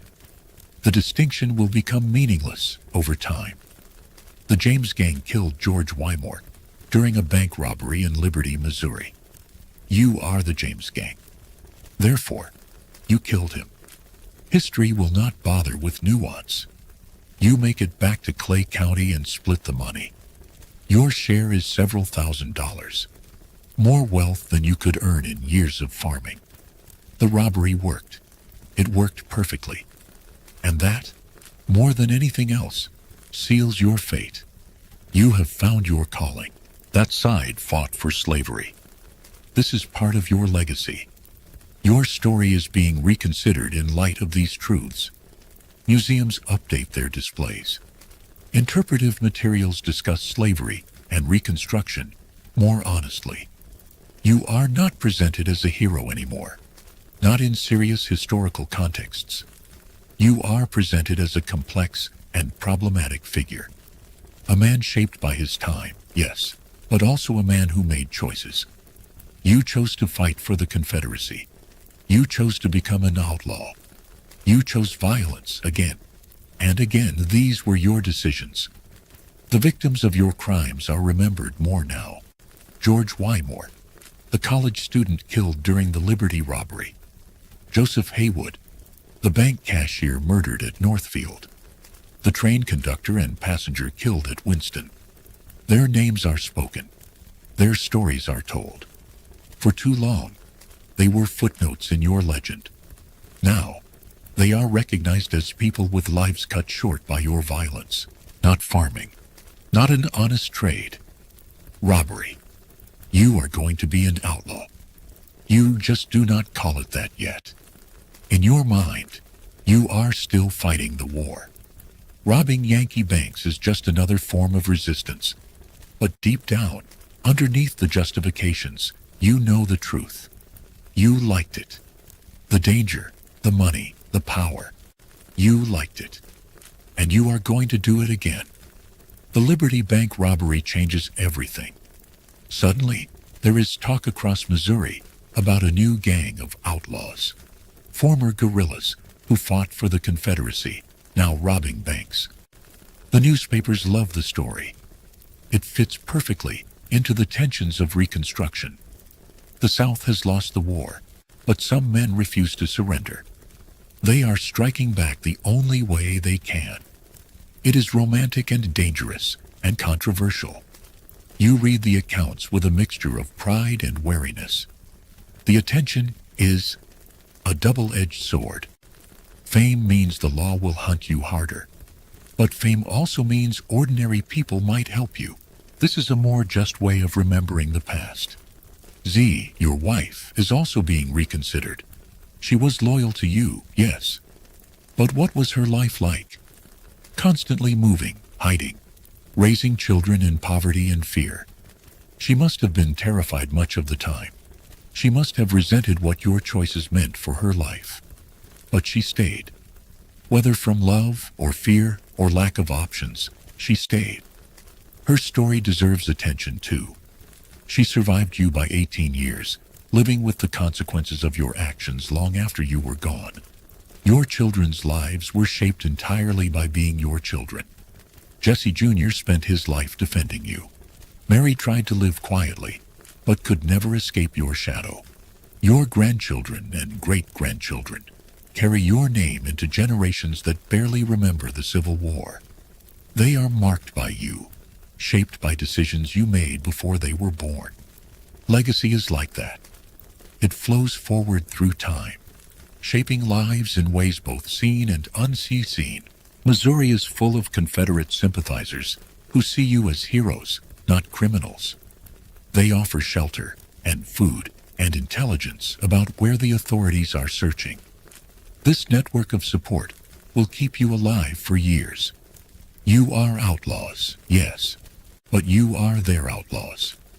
The gang robs again in October of 1866. The target is the Alexander Mitchell and Company Bank in Lexington, Missouri. Same method as before. Ride into town, enter the bank with guns drawn. Take the money. Ride out fast. This time you get away with about $2,000. Less than Liberty, but still a good payday. No one dies this time. You are starting to think you have this figured out. But the law is adapting too. Banks begin hiring guards. Towns organize vigilance committees. Telegraph lines spread news of robberies faster. The Pinkerton Detective Agency gets involved. Alan Pinkerton himself takes an interest. The Pinkertons are good at their job. They work across state lines. You thought about your legend. Did you think about your descendants? Probably not. Most people do not. The night deepens. The story continues even as sleep beckons. You are part of history now. Your life examined from every angle. The man you were, the myth you became, these things coexist in the American imagination. Some people still see you as a hero. Some see you as a villain. Most do not think about you at all. Life moves forward. The past recedes. But it never disappears completely. The Wild West as a concept owes much to men like you. The idea of the frontier as a place of freedom and danger, where men could reinvent themselves. This mythology includes you. You were not the only outlaw. Dozens of men lived similar lives. But your name rose above the others. Butch Cassidy, Billy the Kid, and Jesse James. These names carry weight. They represent something beyond their individual crimes. They represent an American fascination with outlaws and rebellion. They gather intelligence. They infiltrate criminal networks. For the first time, you are up against professional investigators, not just local sheriffs. The game just got harder. You spend much of 1867 laying low. The heat is on. Several gang members are arrested or killed. Archie Clement, one of your closest allies from the war, is shot dead by Union militia in December of 1866. His death hits hard. Clement was fearless and loyal. He was also reckless. His death is a lesson. Boldness only works if you survive to spend the money. You need to be smarter, more careful. During this time, you and Frank live under assumed names. Sometimes you stay on the family farm. Other times you hide out with sympathetic families across Missouri and Kansas. You never stay in one place too long. Routine gets men caught. Predictability is fatal. You keep moving. You trust almost no one, even within the gang. Information is compartmentalized. Why are Americans fascinated with outlaws? The nation was born in rebellion against Britain. The mythology of independence and individual freedom runs deep. Outlaws represent ultimate freedom, living outside society's rules. This is appealing, at least in theory. In practice, the outlaw life is brutal and short. But the mythology ignores that. It focuses on the freedom, the adventure, the defiance. You became a symbol of that mythology, whether you intended to or not.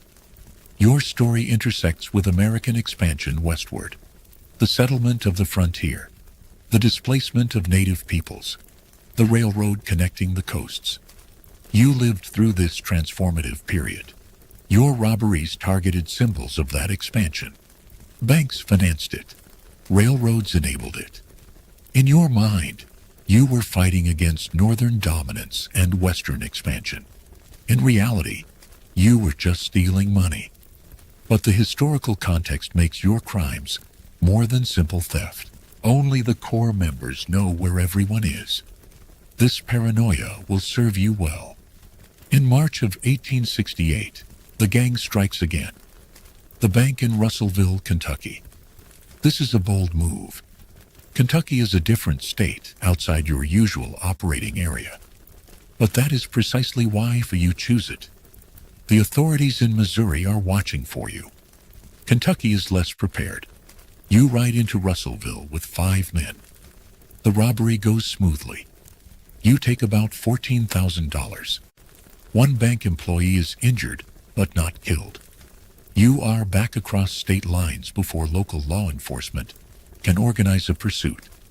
The Russellville job proves your theory. Operating across state lines makes you harder to catch. Local sheriffs cannot pursue you across borders. State militias are not coordinated. Only the Pinkertons work regionally, and even they have limitations. You start planning robberies in multiple states: Missouri, Kentucky, Iowa. Keep the authorities guessing. They were part of larger conflicts. The James Gang operated in a specific historical moment. Before your time, the frontier was too chaotic for organized crime. After your time, law enforcement was too effective. But in the 1870s and early 1880s, there was a window. Telegraph lines existed but were not everywhere. Railroads connected regions, but local law enforcement was weak. This window allowed gangs like yours to operate across state lines with some success. As the window closed, your options narrowed. By 1882, your time was up. Technology worked against you. The telegraph meant news of a robbery spread instantly. Wanted posters could be distributed widely. The Pinkerton Detective Agency used modern investigative techniques.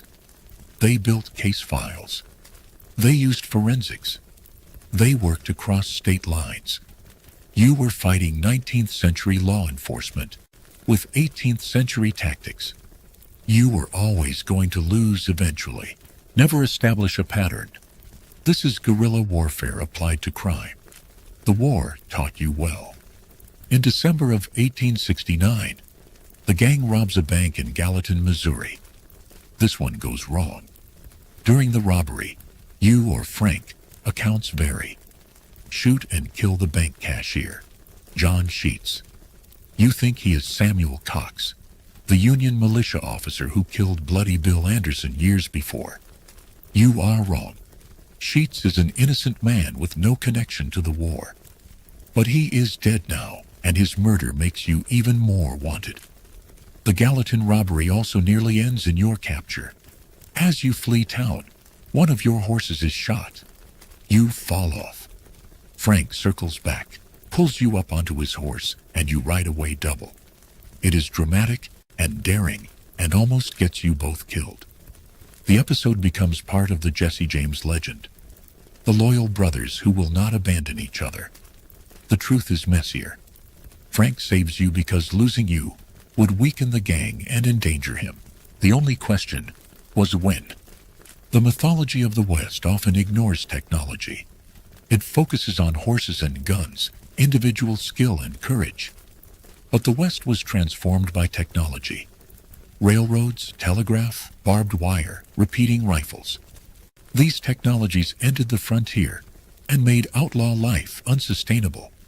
You were caught in this transition, skilled enough to survive for years, not skilled enough to adapt to the changing world. In the end, technology and progress defeated you more than any lawman did. Your death was anticlimactic in a way. Not a shootout, not a chase. Just a bullet in the back while you adjusted a picture. This disappointed some people who wanted a more dramatic ending. They wanted you to die in battle, guns blazing. That would have fit the legend better. Instead, you died like anyone else.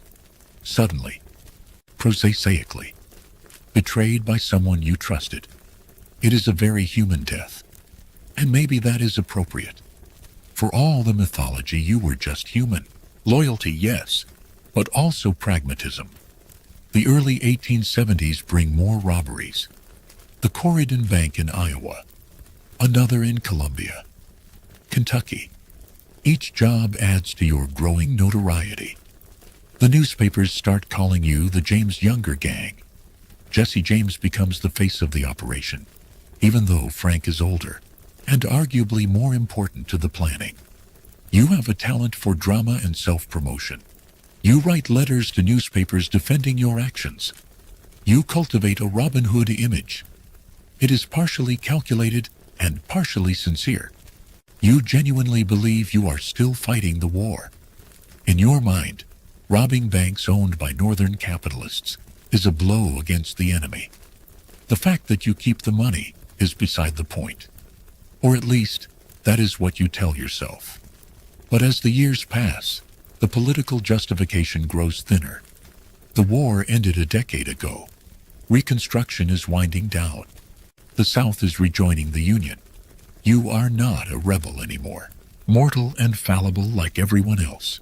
Bob Ford's betrayal fascinates people. What drove him to do it? The money, certainly. The reward was $10,000, a fortune. But also perhaps fear. You were dangerous and unstable. Ford might have believed you would eventually kill him. Or maybe he wanted to be famous. To be the man who killed Jesse Trice. If so, he misjudged badly. Fame does not always bring admiration. Sometimes it brings contempt. Ford learned that the hard way. The moment of your death is frozen in time. It has been painted, filmed, written about thousands of times. The picture on the wall, your hands reaching up, Ford behind you with the gun, the shot, the fall. It is iconic. A moment that captures something essential about betrayal and mortality. Everyone dies, but not everyone's death becomes a symbol. Yours did. For better or worse, April 18th, 1882, in St. Joseph, Missouri, is immortal. Your last thoughts are unknowable. You are just a thief. But admitting that would mean admitting your life has no higher purpose. So you cling to the narrative. Lost cause ideology wrapped around simple greed. In April of 1874, you marry Zerelda Mims. She is your first. Hey guys! Tonight we are embarking on something special. A full 2-hour journey through the frozen frontier winters where families survived without the luxury of fire. Yeah, you heard that right. 2 hours. Most of you will not make it past hour 1. And honestly, that is the point. You find yourself standing in the doorway of a frontier cabin as the first snowflakes of winter begin to fall. The year is 1847, and you are about to witness something remarkable. A family preparing to survive an entire winter with minimal access to fire, using techniques that seem impossible by today's standards. The wind whistles through the gaps in the wooden walls, and you pull your modern jacket tighter, already feeling the bite of cold that these pioneers faced head-on. So before you get comfortable, and I mean really comfortable because we are in for the long haul, take a moment to like the video and subscribe. But only if you genuinely enjoy what I do here. Drop a comment with your location and what time it is there. I see you. 3 a.m. squad. For those using this for sleep, I have designed the pacing to gradually slow over our 2 hours together. Hour 1 will keep you engaged. Hour 2 starts the descent into peaceful slumber. Now, dim those lights. Set your sleep timer if you are wise. Maybe turn